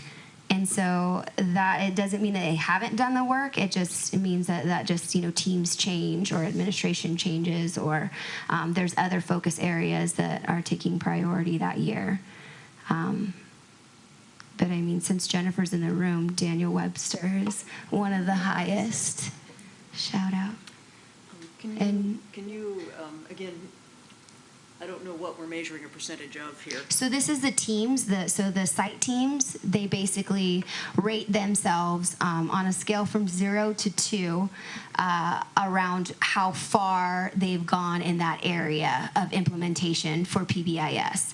So it talks about, do you have a team? Do you have a matrix? Do you have a reinforcement system? Have you talked to your staff? And things like that. So they rate themselves, and then they get their own score, and then make plans from that. So that's what this data is. So those different bars and colors are the different tiers? Those are the different years. So I just did the total summary. So if you see a school like Daniel Webster, you can see blue, they started around 40%, and then they moved up to almost 60, and now they're at 91.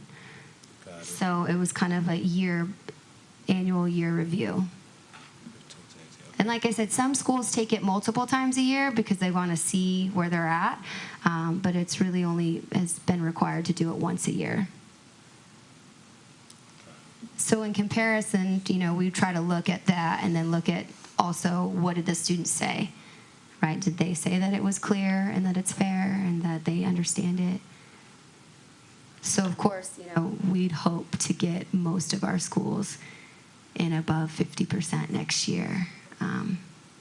That's the goal. That's it. Thank you. Thank you. Comments, questions? Ask my questions as we move along. Thank you, Ms. Martinez, for the presentation. I actually had a question, if you could bring up it was a question about the survey results. I was wondering, so some scores between like 3.6 to 4.2. Are those within the margin of errors, or are they like actually noticeable differences for some of those kind of questions? I'm just wondering. What was that? It's an average score. Yeah, I mean like 3.6, 3.7. Is that just within the error, like kind of like how like? Is that a statistically significant difference? Yeah. Probably not. Okay. Thanks. I didn't ask the question. Yeah. I mean, I'm not a mathematician, but I'm just, as a guess, I would say, yeah. Well, when the students answered, it's a Likert scale, so it's 5 that they pick, and so then it's, the average of that. And so is that answering your question? Yeah, so I'm thinking if you take an average on a scale of 1 to 5 from whatever it was, 1,400 responses, a tenth of a point difference is probably not statistically significant. Yeah. So, especially since it's a subjective survey. I don't have any questions, but as usual, I'm happy to hear about all the things that we're doing in this area of PBIS and social emotional learning. And I'm glad you got enough time to go deeper into it tonight. Keep up the great work. Thank you. Well, I'm impressed. Thank and you. I think you're doing a great job, and that it's really going to help our students. And I think I like that business that you were talking about, focusing on the good things, not focusing on the things they're not doing or things that they could be reprimanded for. Yeah. Because I do believe every child can be successful. Yeah. And I think you guys got the right idea. Well, I have the right team too, so Yeah, I know. yeah. But you're here talking, I'm so here. for you and your team and everyone involved, it's wonderful, because a child needs to know that they're valued and they do have some good points. Yep. And then we work on the other. Once they feel good about themselves, I think the others kind of start to go into place. So thank you. Yeah, thank you so much. I appreciate your support, and thank you for the time. And don't go anywhere else. Keep up the great work. Thank you. Thank you. Yeah, I just want to add a little bit to this. Thanks, Ms. Martinez, for sharing your work. Again, this is maybe 10% of the work that happens in that department, and she will likely be back again to share more of what we do. I think in analogies, and I think with social emotional work, it's like walking into a dark room. You don't really know what's in there, but it looks fine because you don't know. And then you shine a small candle, and you start to notice, oh, there's a lot of stuff in here that could be worked on. And then you're like, I think we need another candle. And then you as you shine more light, you get to see the level of work. And we don't have a fully lit room yet, but there's a lot of work yet to be done. And one of those inputs from the LCAP is there's more desire for increased services in this area. If we could figure out ways of getting that accomplished, and it is, related to if we do nothing, you don't really know what you need. If you do a little bit more, it's like, oh, that really works. We need more, and it doesn't end, but it is something that I think we're growing a desire for, and seeing some results from. Thank you. So right now, we will move on to educational services redesign. The administration recommends approval of the educational services redesign, which will be beginning on July 1st, 2018.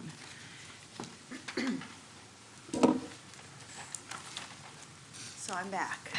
Oh. So tonight we're seeking your approval for a change in our organizational structure for the Ed Services Department. Sorry. That's fine. And so just to start, why are we proposing this change? Why are we doing this? And so you've seen the data the last 3 years. We've been stagnant. And so, we're looking at our existing system and we're saying it's not producing the results we desire for our teachers and students, not just in academics, but also our chronic absenteeism rates, our suspension rates have decreased, which is great, but our truancy rates. So we really, and then also the results from our staff surveys that, not implementing what they're learning in the classroom from our professional development. And so this kind of really brought us to a place where we said we need to do something. And so we used a process called continuous improvement science, and this comes out of the Carnegie Foundation for the Advancement of Teaching. It comes from the work of Anthony Burke, and it really includes design thinking, which is really, I'll go into the details about that. But just to let you know that this is actually endorsed by the state of California. They're calling it the California Way. And so really, it's the whole local control, as they're really taking it to heart. And they are saying, we want to give you control of your funds, and we want to give you control of your improvement processes. And so the California Department of Education created a department called the California Collaborative for Educational Excellence to help support districts with improvement science and with improving their results based on the dashboard. And so this is the accountability structure, and they're really endorsing this improvement science. And so I'll explain to you what improvement science is, but this is the process that we use to look at our educational services department and how we're structured.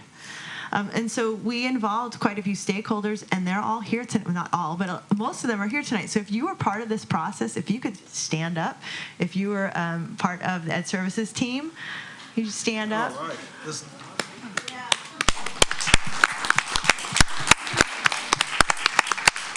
Thank you. And so we had a large group of people that came together, and we also interviewed our certificate and classified staff was part of the process to do empathy interviews. So you can see we had a large group of people that were involved in this proposed change that we're bringing to you. And so the first law of improvement is this quote here: every system is perfectly designed to achieve the results that it gets. And that kind of goes back to that first slide I was sharing with you. Well, if our results are not what we want, then we're designed to get them. So let's look at our design. And so what we did was we used this. This is kind of a cheat sheet for improvement science. It's really a cycle. And a lot of this we've been doing processes like this in our district in the past. So a lot of this was familiar to folks, but really you start with the problem. So you understand the problem, but you have to look at the system to see what the system is that produces this problem. And so you look at your data, you look at, you do your interviews, and you get information from folks. And then from there, you do the collective efforts where you say, okay, well, let's get down to the root causes. What's causing this problem? And so you start brainstorming the causes, and then from the causes you start generating change ideas. Okay, well, what can we do differently?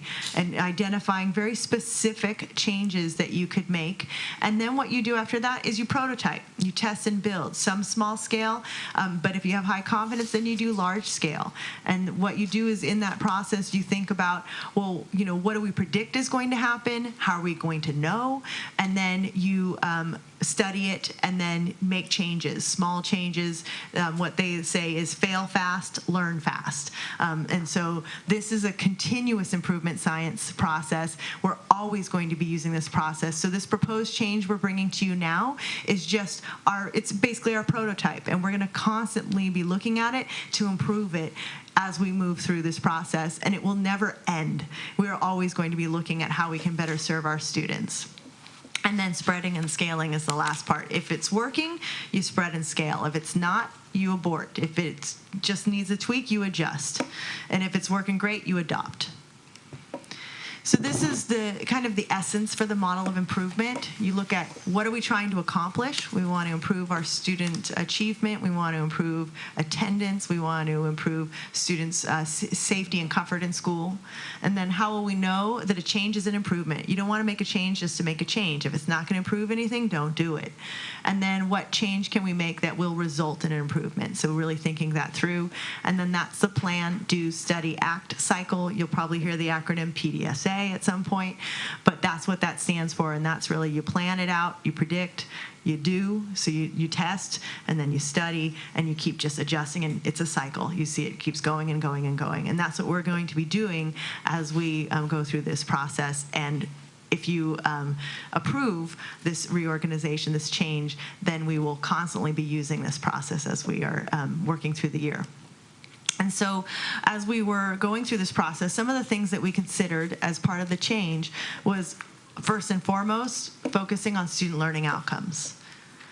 We also realized that we needed to design a unified department, and calling it the Teaching and Learning Department that was student and staff focused. And so that means one supervisor for all our coaches and specialists, bringing everyone together, one voice. We also know that we have a lot of curriculum adoptions coming our way in the next few years, especially we have 2 rolling out next year for TK8 math and then 6th or 8th ELA ELD, and it's going to be quite a few adoptions coming through in the next 5 years. And then the other area that was something we considered when we thought of our change ideas based on our root causes was providing site-based support so that all schools, all certificated teaching staff were supported. And so here is the kind of an organizational flow chart or structure. It's really kind of information flowing between and through. So you can see it, going from left to right and then right to left. It's all supporting our school-based instructional certificated and classified staff and counselors. And then you can see kind of the different levels of support throughout. So there are some changes to what we're supporting here.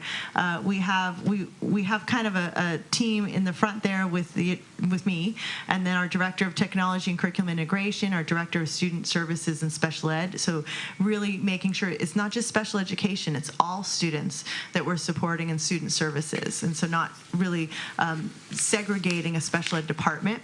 And then making sure that we have, you saw the slide in Stephanie's presentation where the multi-tiered system of support, you look at academics and you look at behavior. So having an academic team and a behavior team that works together. So having program directors that lead those teams in all content areas for the academics, and then for behavior, it's the counseling and student support services. And then you can also see special education has program coordinators to support those specific needs. And then those lead into, we would have still the same, 9 school-based teachers on special assignment, but instead of having specific content area focus, that we would have elementary focus and middle school focus in content areas. So the middle school, we'd have 2 science, technology, engineering, and math focus, so STEM, and then literacy. So having 4 folks at the middle school and then 5 at the elementary, and they would each share 2 sites. And then you can see we are also saying we need either a teacher or counselor on special assignment. This would be a prototype. We need more support for our high needs students. We've been contracting out to other agencies, and so using those funds instead for in-house and building that program in-house. That comes out of Title I funds. So that's not necessarily a new addition. It's just shifting how we're funding it. And then we have all of our inclusion specialists and this whole team. And so you can see that they would all become a team together. So that line going up and down. So they would have their specific focus, but then they'd also work together. So kind of that ebb and flow of information and support with each other. Because what we want is a unified department where everyone is working together, everyone's thinking about our student behavior needs, our social emotional learning needs, as well as academic needs, no matter what role you are. And then to support all the site-based folks. And then you can see on the bottom is that we have, our English learners, our new and returning administrators, our new teachers, and we also have our assessments to help us with that cycle to study if we're doing, what we said we're going to do. And so those would be woven into all of those areas throughout. So having those administrative supports in those areas as well. So that's the structure that we're changing, and that's actually changing a couple people's job descriptions. And so you'll see that later in Mr. Valenti's section, but it relates to these. And so what we're asking tonight, before we get to that, so we're going to measure success in several ways. Student learning outcomes, so all of our, CASP data, the SBAC, the English Language Arts, and math, the way the state is looking at it now is not how many people are proficient, but what is the distance from level 3, that proficiency level. So who's moving and showing that we have growth. And so it's really a growth model, not a proficiency model, like how many are proficient. And so we'll also look at not only the once a year summative, but we want to look at our benchmark assessments, which are called FastBridge. And we're doing that with reading and math. And then we also want to start our social emotional learning, our behavior benchmark. And then LPAC is our English language proficiency test. So it's what replaced the CELT. This is the first year, so we don't have a baseline yet. And then we also have, this is for our students with special needs, that they take an alternative assessment. Certain students might need an alternative assessment, so we would want to make sure that we're supporting those students and that they're growing as well. And then we also have a science test coming out this year that will get results, so we'll have a baseline there. We want to have a very holistic approach to how we're measuring our student success.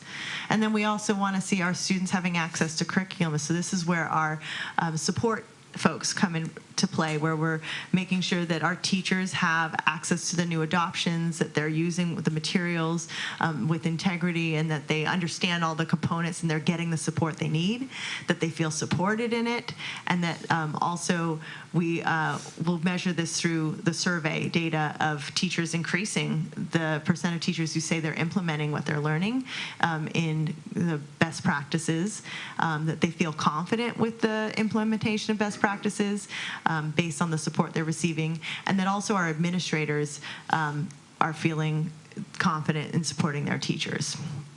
So we're going to have all sorts of measures. We're still determining what metrics we want to use, but that's part of the process of the Plan, Do, Study, Act.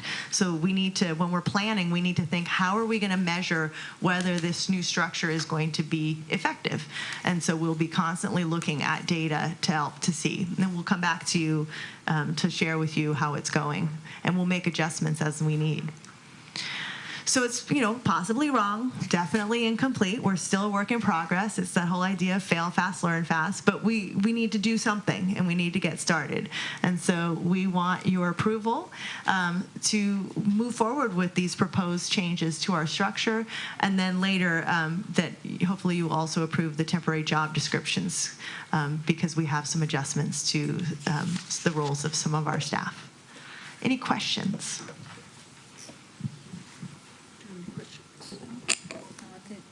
Well presented, so we'll wait to get the paperwork. So. Thank you. Do we have a motion? I would make the motion that we approve the educational services redesign as presented. Second. Thank you. All those in favor? Aye. Aye. Thank you, Ms. McCullough.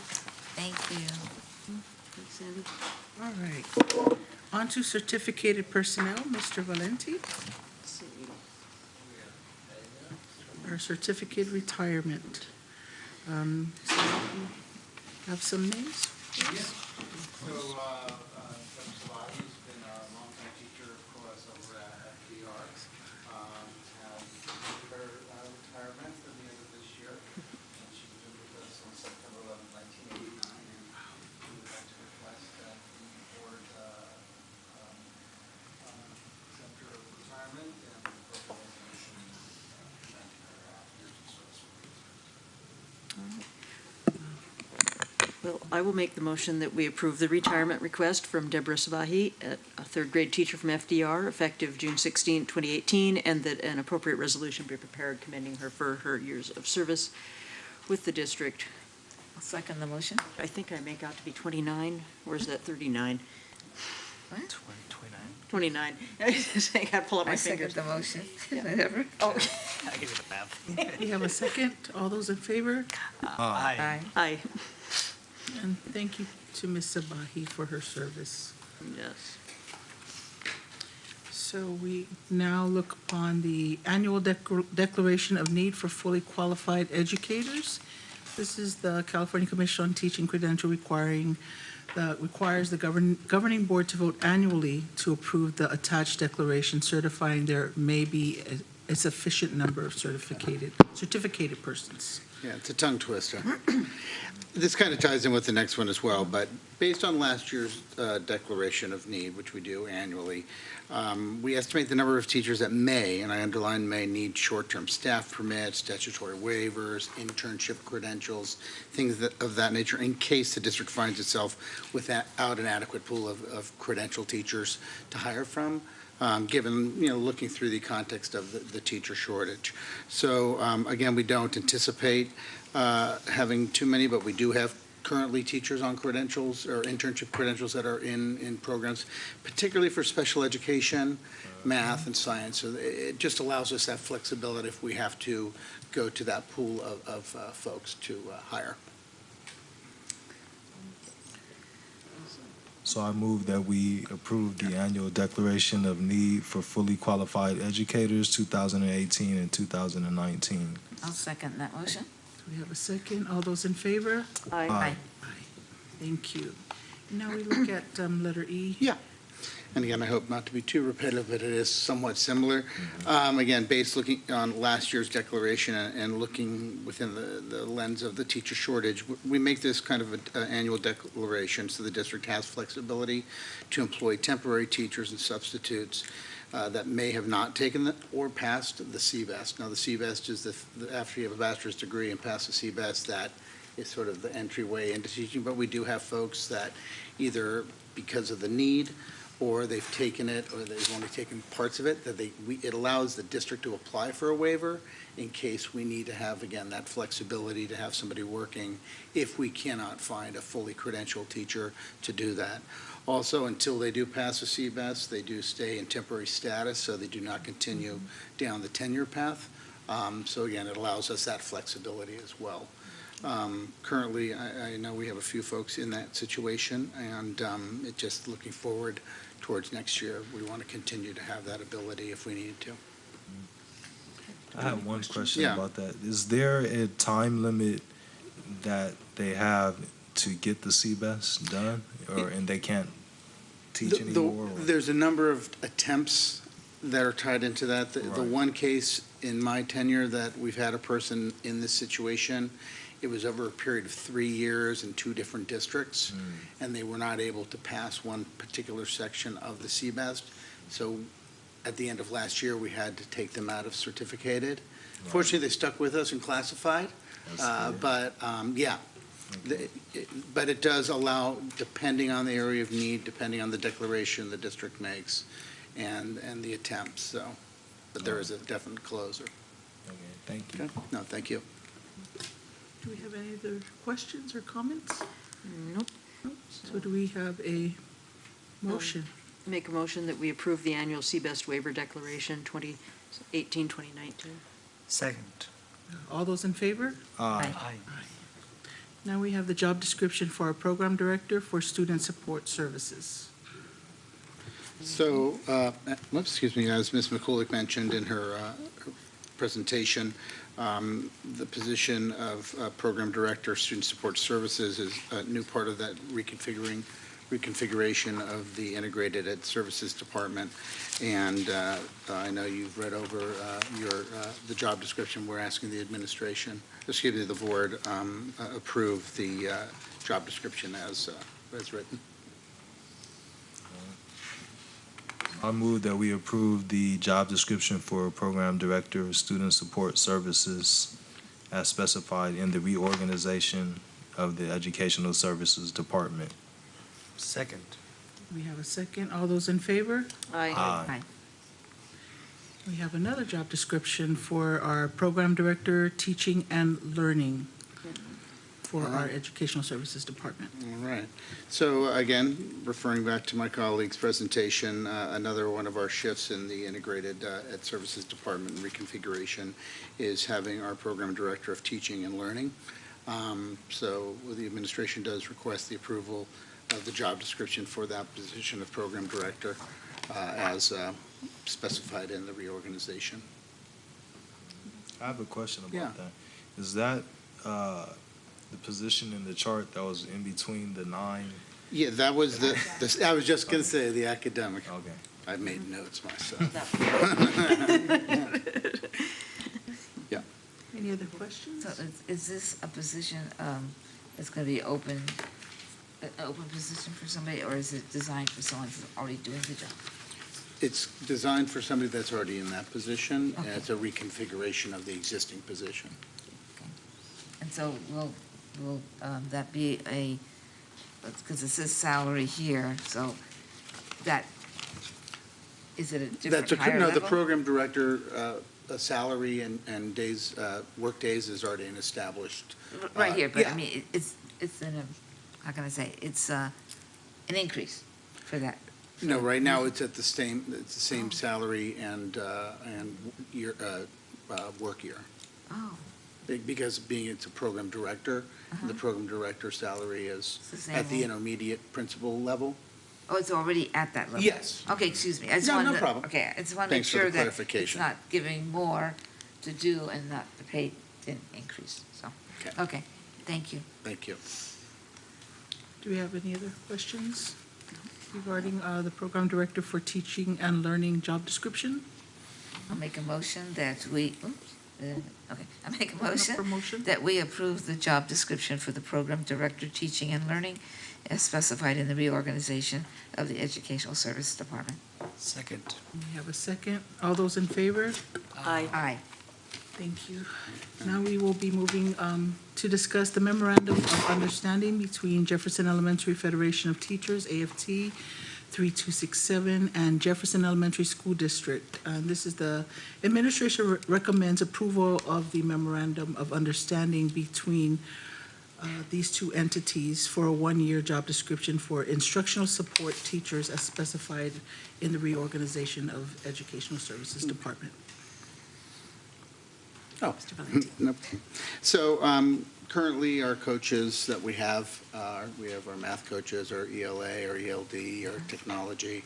So all of them are going to work under a one-year job description that we negotiated with our partners of AFT to change that job title to instructional support teacher. And what we did is we looked at the different job descriptions and took the content specific language out and looked at the actual tasks of the position and found that commonality between the different coaches and integrated into one job description. It's a one-year job description that will sunset on June 30th because of all the shifts that might take place in this process that was presented by Ms. McCulick. So we met for a couple of hours with a committee made up of AFT as well as administrators and coaches. With some minor tweaks, agreed to the title. The work year is the same as the current work year of coaches. The salary is the same as the current salary. And frankly, there's a lot of similarity in the language of the existing job description. So this allows us some breathing room to see how it goes for next year. And then this time next year to renegotiate a more permanent position, job description, job title. So how many of the positions do we have now? There's 9 current coaches. So it's staying the same? Yes. Okay. So it's, okay. Yeah. I got it. Okay. Any other questions? No? Do you have a motion? All right. Make a motion that we approve the memorandum of understanding between Jefferson Elementary Federation of Teachers, AFT 3267, and Jefferson Elementary School District. Second the motion. All those in favor? Aye. Great. I don't think I've ever spoken so much. On the record.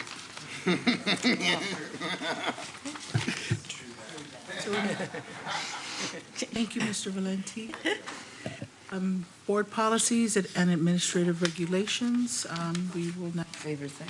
look at our board policies and administrative regulations from December 2017, CSBA board policy revisions, first reading. And I know that this is Vice President Ku's favorite part of the meeting, so he always enjoys this, so. So we're gonna live that down. I found nothing to complain about once again. Any comments? Nothing, no revisions? Okay, so do we then have a motion? I will make a motion that we approve the December 2017 CSBA board policy revisions for first reading. Second. We have a second. All those in favor? Aye. Aye. Board member comments, reports, and reflection on board meeting guidelines.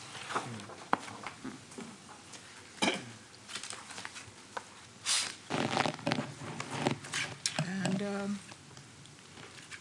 Vice President Ku. I selected, we'll keep our focus on the best interests of our students.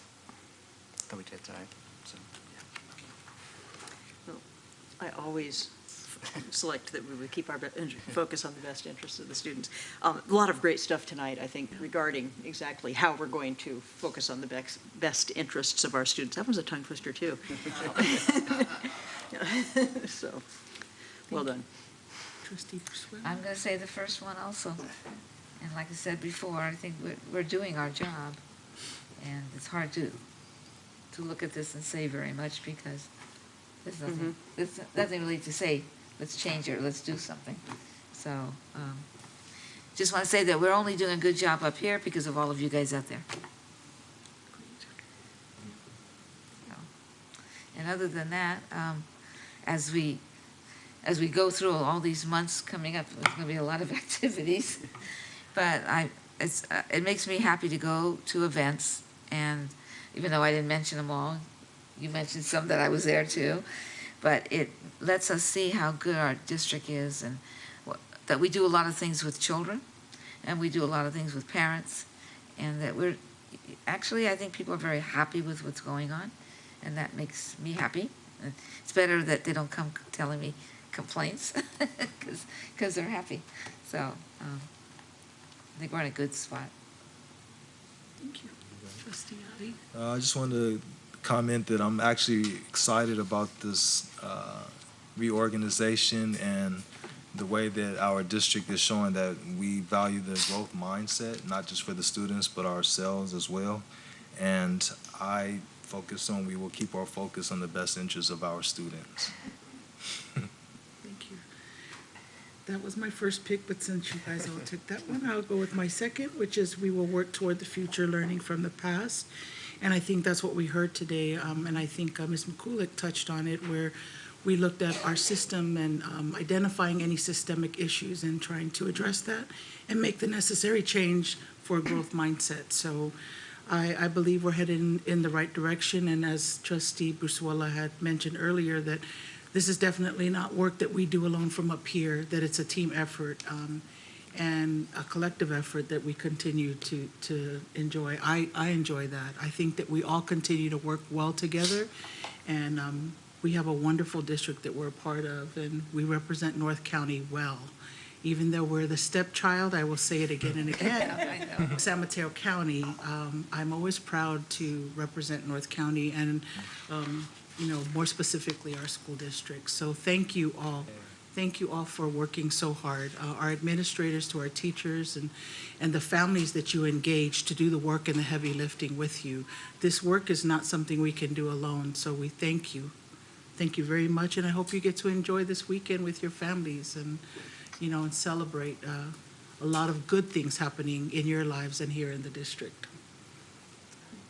So, looks like we have a report. Yes, we have a report. From Trustees Ali and Trustee Brusuela, reporting on the City of Daly City and Jefferson Elementary School District Subcommittee. Okay, so I guess I can start on it, I guess.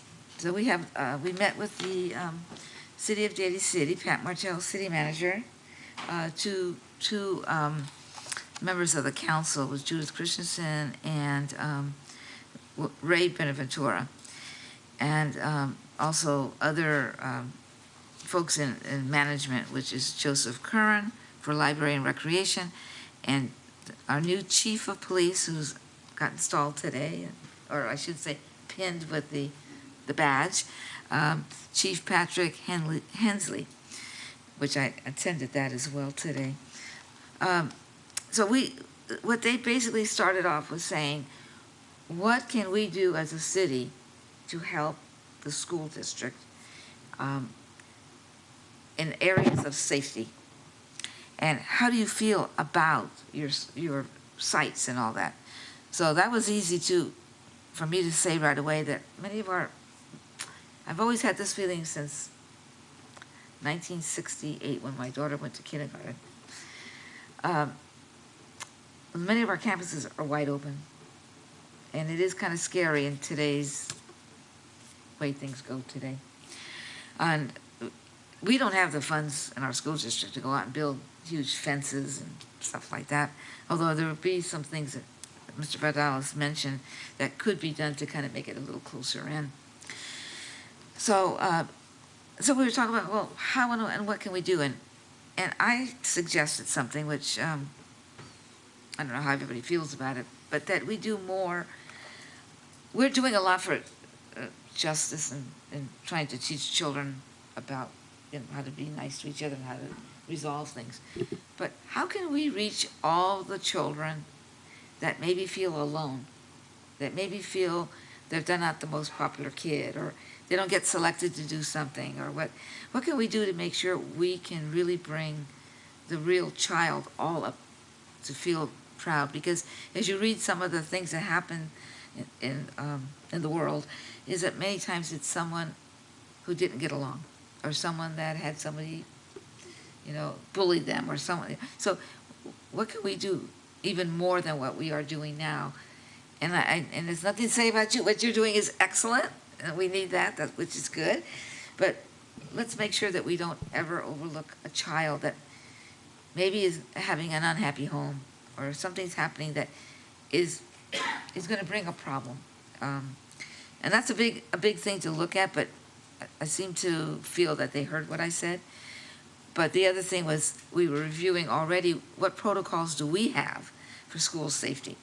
And Mr. Vidalis talked about the big 5 protocols and what we do according to what the level of uncomfortable stuff that's happening.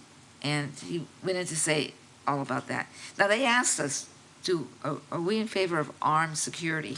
Do we want our teachers to be, having guns and this and that? And our thing is, no, that's not. It's bad enough that children whose parents have a gun at home somehow manage to find it. And why would we stress our teachers out to say that they are now responsible for the total safety of someone? And what if they're not able to react quickly? Because they're not in law enforcement, and they're not being paid to do that. But what can we do? We can do things that we're doing now with, the justice programs and things that we can do to help our students in many ways like that. So they were glad to hear that. And also that they're going to be available to reach any of our schools at any time, which was what Mr. Vidalis said, that yes, we feel that we can. And it is to immediately notify them and not wait until it's too late. So we reviewed the county process for threat assessment, and we are doing a good job of it. If we notice that someone is on the campus that doesn't belong, immediately we take action on that. So, and also that the city needs not to cut and restore, when possible, additional recreation programs, library hours, or other activities for youth, as this is a proven prevention strategy for reducing community harm. As we know, Daly City's been having some financial budget problems, which most agencies are, and so they were cutting back on the hours of libraries. And as we all know, libraries are a very safe place for children. It's also a place they can do their homework. It's a place where they can, feel safe. And so we mentioned that we'd like to see that improve a little bit. And also the recreation programs. And I'm going to mention that recreation programs sometimes are not designed for every child.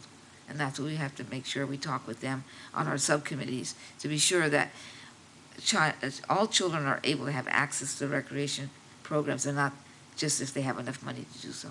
Because the kids that have the least amount of money in their household are the ones that parents are working probably double jobs. Also the fact that the children are more vulnerable to hanging out someplace else. And we need all the children to get the resources in every venue possible. And also describing mental health programs, which is very important for us, that if children are finding ways of acting out, that we find the resources for them, and I think we're doing that fine. Not to be saying that we're perfect at everything, but we're doing okay. Then the big thing they talked about, which my ears went up, was crossing guards. The city's looking for ways to reduce the police department's budget that's scoring up high. At one time they used to be able to use reservists, or what's another name they call it, cadets, I think it is, that they could send them out to the schools and be able to cross the students. But they can't do that anymore because they don't have that program as large as it used to be. So they have to go out and they have to pay this company that's raising the prices really high. I didn't get the exact figures down. So the option is they don't have to do this because basically it's not in their responsibility level. They're not supposed to be responsible for it. As we all know, if you read the Ed Code, it does say that children, it's the responsibility of the school district for a child when he leaves school or she leaves school until the time they get home. It is our responsibility. So even if they get on a bus and there's a fight, we have to interject into that situation. However, if a child detours and does not go directly home in the right direction for their house, go somewhere else, then we're not responsible for that. So, not wanting to say they're not going to help us and do it, Pat Martell came up with a suggestion that we share the cost. And as I listened to it, I had to agree because I do know the rules about our children getting home safely. And if that's the case, then we need to find the funding to be sure that all our children have a safe route home. And it's not at every corner, it's at the busiest corners where, as we know that one of our crossing guards, I don't know if you do know, but one of the crossing guards on Park Plaza got hit by a car who refused to stop when she was in the middle of the street holding a sign. So we do have drivers that are not safe drivers, and they're in a hurry, but we do need to have something to protect our students. So I was in favor of it, only I don't get a vote there. I get to tell you guys, I hope that you'll support that if it comes to us, that we keep our students safe. And so I think what it is, the annual cost would be approximately maybe $11,000 per school year. And we might be able to find some funding somewhere that will help us. I'll leave that up to our staff here to do it for us. But it's really important. So now field replacement funds. The city has the replacement funds that was identified in the joint use contract that we had with them. It's approximately $250,000 to contribute to TRP's field replacement. And apparently they couldn't find it for a while. I don't know how they lost it. No, just kidding. But they found it. So now they're saying the need to redo the agreement and maintenance contract for the gym's field to ensure that city usage covers wear and tear of the facilities. Now, I agree with that 100% because, as we know, we have an agreement, a partnership with the city of Daly City that says they can use our fields. And in order for them to use our fields, since we don't have a parks department, so to speak, and we don't have employees that do that kind of work, at the time that contract was initiated, I was on that committee and I said, wait a minute, we can only do this if they furnish the help to keep it up. We can't do it. And that was part of the agreement. So with that, it seemed like we had a good meeting. We got a lot of things accomplished and hoping to see more things come across our table. Did I leave anything out? Thank you. Thank you for some of the notes that helped me do it. I give credit where credit is due. But if you want to, would you like to send everybody a copy of what I read? So I was very happy to be there and happy that we're seeing some good things going on. Great. Trustee Ali, did you have any? Okay. Yeah, I'm going to say, I want to say to everybody, you didn't attend the meeting, but he is a special ed teacher, and he had a very important, what's it called? I should know it, IEP meeting with a very difficult situation, and that comes first. And for that, you were in the right place. Thank you. Thank you, Trustee Brusuela, for your report. It was very informative. We appreciate it. I had to ask a question about the crossing guard. I mean, is there a way we could have that follow up on a future meeting? Could we get some more information around that? Sure. I think the future. So, as Mrs. Brizuela mentioned, they do need to reduce and want to reduce the police department budget. Currently, covering all crossing guards in Daly City costs the department about $200,000. Our portion for our schools is about $150,000. That doesn't include our two Broadmoor schools, which their police department also is not able to fund, and the county has been pitching in the last couple of years. But I think this is their last year. I don't know, but it was a Let's hope that they might do the same thing and share with us. Yeah. So, so it's about that much. And so the options that presented by Ms. Martell were, can we consider sharing the cost of that? Maybe go 50-50. Could we also look at every school has one intersection that is covered, the most heavily used one, and maybe the one that is the most dangerous. I'm not sure if that's true, but there was a recent study of intersections in the North County, and I want to make sure that I get that data to make sure that we have a crossing guard at least at those when it's close by a school.